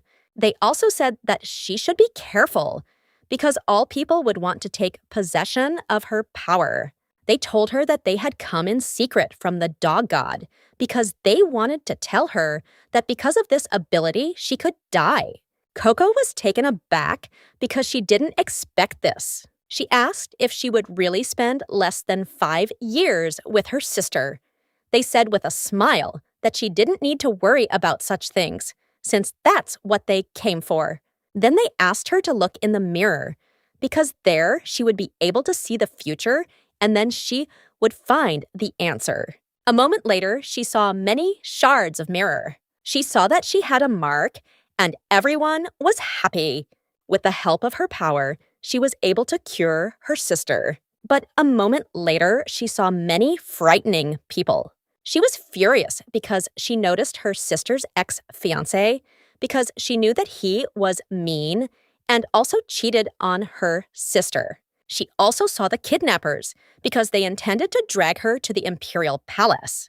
The people she loved most in the world fought to save her, and eventually her sister used too much power. Her ability went out of control, and she died. Koko was shocked because she didn't want this for her sister. Then, her friends reported that there was good news because she had seen the future in advance. They said that while she was getting closer to her sister, her ability awakened to level 2, and the ability had 5 levels in total. They said that if she developed her ability to at least level 3, she would be able to cure her sister, and she would not lose control of her power.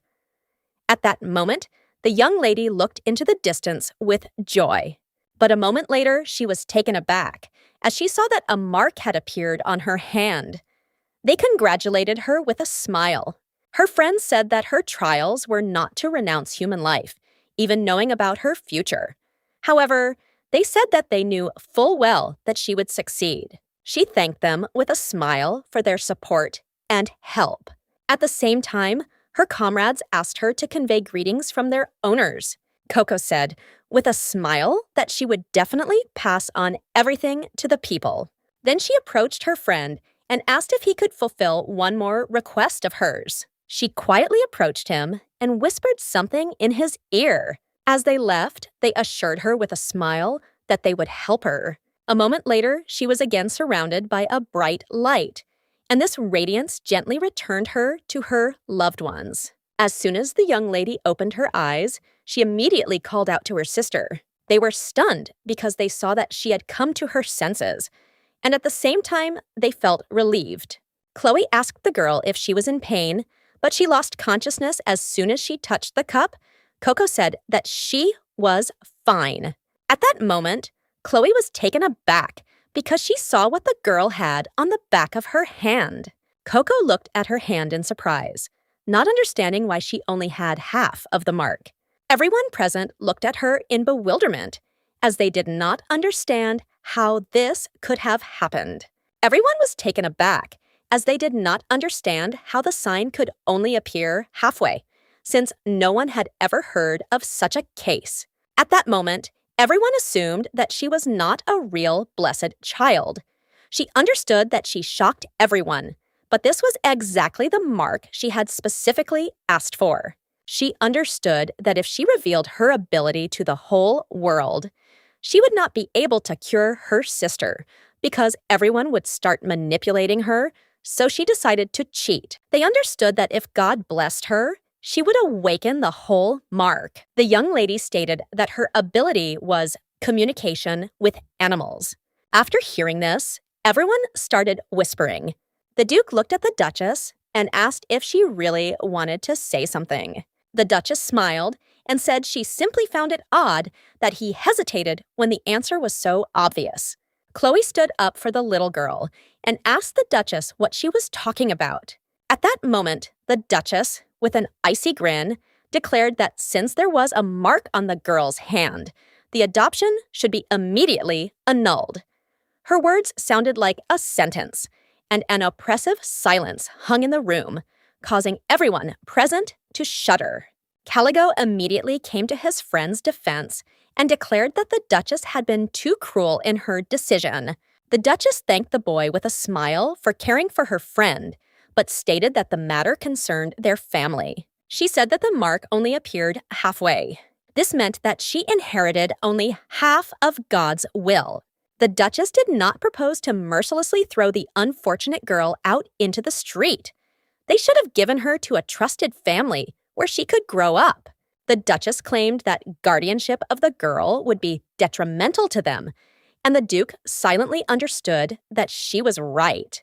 The Duke remembered the aura he saw on the day he used his power on the girl, and it did not leave his head. And at the same time, his intuition told him that he could not annul the adoption.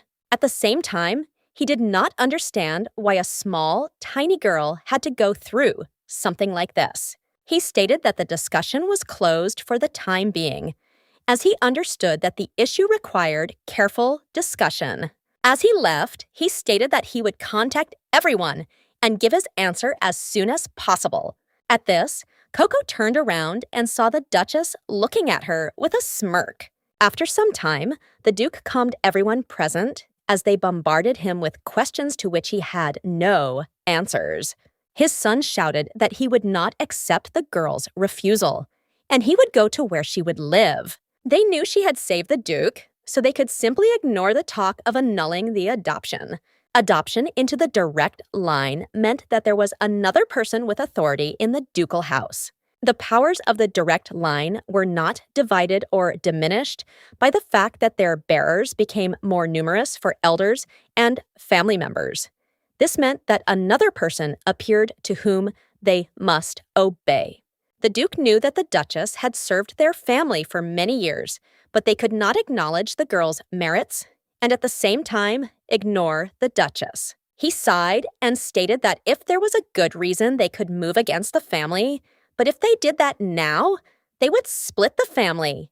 The young master became furious because they could do nothing. At the same time, he was filled with anger and fury and did not understand what the little girl had done to them all, that they were treating her like this. Koko stared at her family as they argued. At that very moment, she declared that she was against the Duchess and did not want to be adopted by her. Chloe sighed heavily, as she knew it was not just like that. Koko looked at the lady in surprise and stated that she just wanted to be her sister. She asked if she had to be the daughter of a duchess, and they looked at her in bewilderment, not understanding what she was talking about. At that very moment, the Duke suddenly came up with something, and the young lady looked at him with surprise and slight bewilderment, not understanding what he was talking about. Tension hung in the air, as if everyone was waiting to see how his new thought would turn out. After some time, the maid informed the lady that the Duke had locked himself in his office since early morning and had not come out, and that he had also sent away all the servants. The Duchess stated that no matter how great the Duke was, he would not be able to go against everyone's will. At the same time, the maid reported the rumors that were circulating that the child was not blessed, and she noted that they had already spread widely throughout the empire. Initially, she was able to take the place of the mistress of the house, replacing the late Duchess, only thanks to a deal with the Empress, because she highly valued her intelligence, so she was able to reach the top. But now the little girl not only sent her daughter to a monastery, but also ruined all her plans. Then the Duchess told the maid that she should monitor the situation and report everything to her. A moment later, a maid approached the Duchess and, with excitement in her voice, announced that the Duke had ordered an urgent meeting to be convened the following morning. The Duchess looked at the maid with a grin and announced that she would be present. The next day, the young lady sat quietly in a corner, and she was very nervous because she knew that the Duke would soon announce important news. The Duke looked at everyone present and declared that his daughter's child, considered a blessed child, was annulled. Everyone was surprised by this, but only the Duchess looked at everyone with a joyful grin. Moments later, she was taken aback as the Duke continued his speech. The Duke looked closely at everyone present and declared that his daughter's illness was not recurring. He looked at everyone present with a satisfied smile and declared that today, Koko Ardos was his daughter. The young lady froze for a moment in embarrassment, but inside she was filled with joy. She was happy to hear such news. Brother and sister looked at them with joy. The Duchess came closer to her husband and, asking for forgiveness, asked if he had checked the family code, since the adoption of a child required the consent of the wife. The Duke stated that he planned to formalize the adoption between him and his ex-wife. So from the point of view of the family code, the consent of the spouse would not be a problem. Madame was taken aback and angrily asked if he really wanted to disgrace her. The Duke stated that this was not so, and he also said that it was improper to foist an unwanted child on his wife.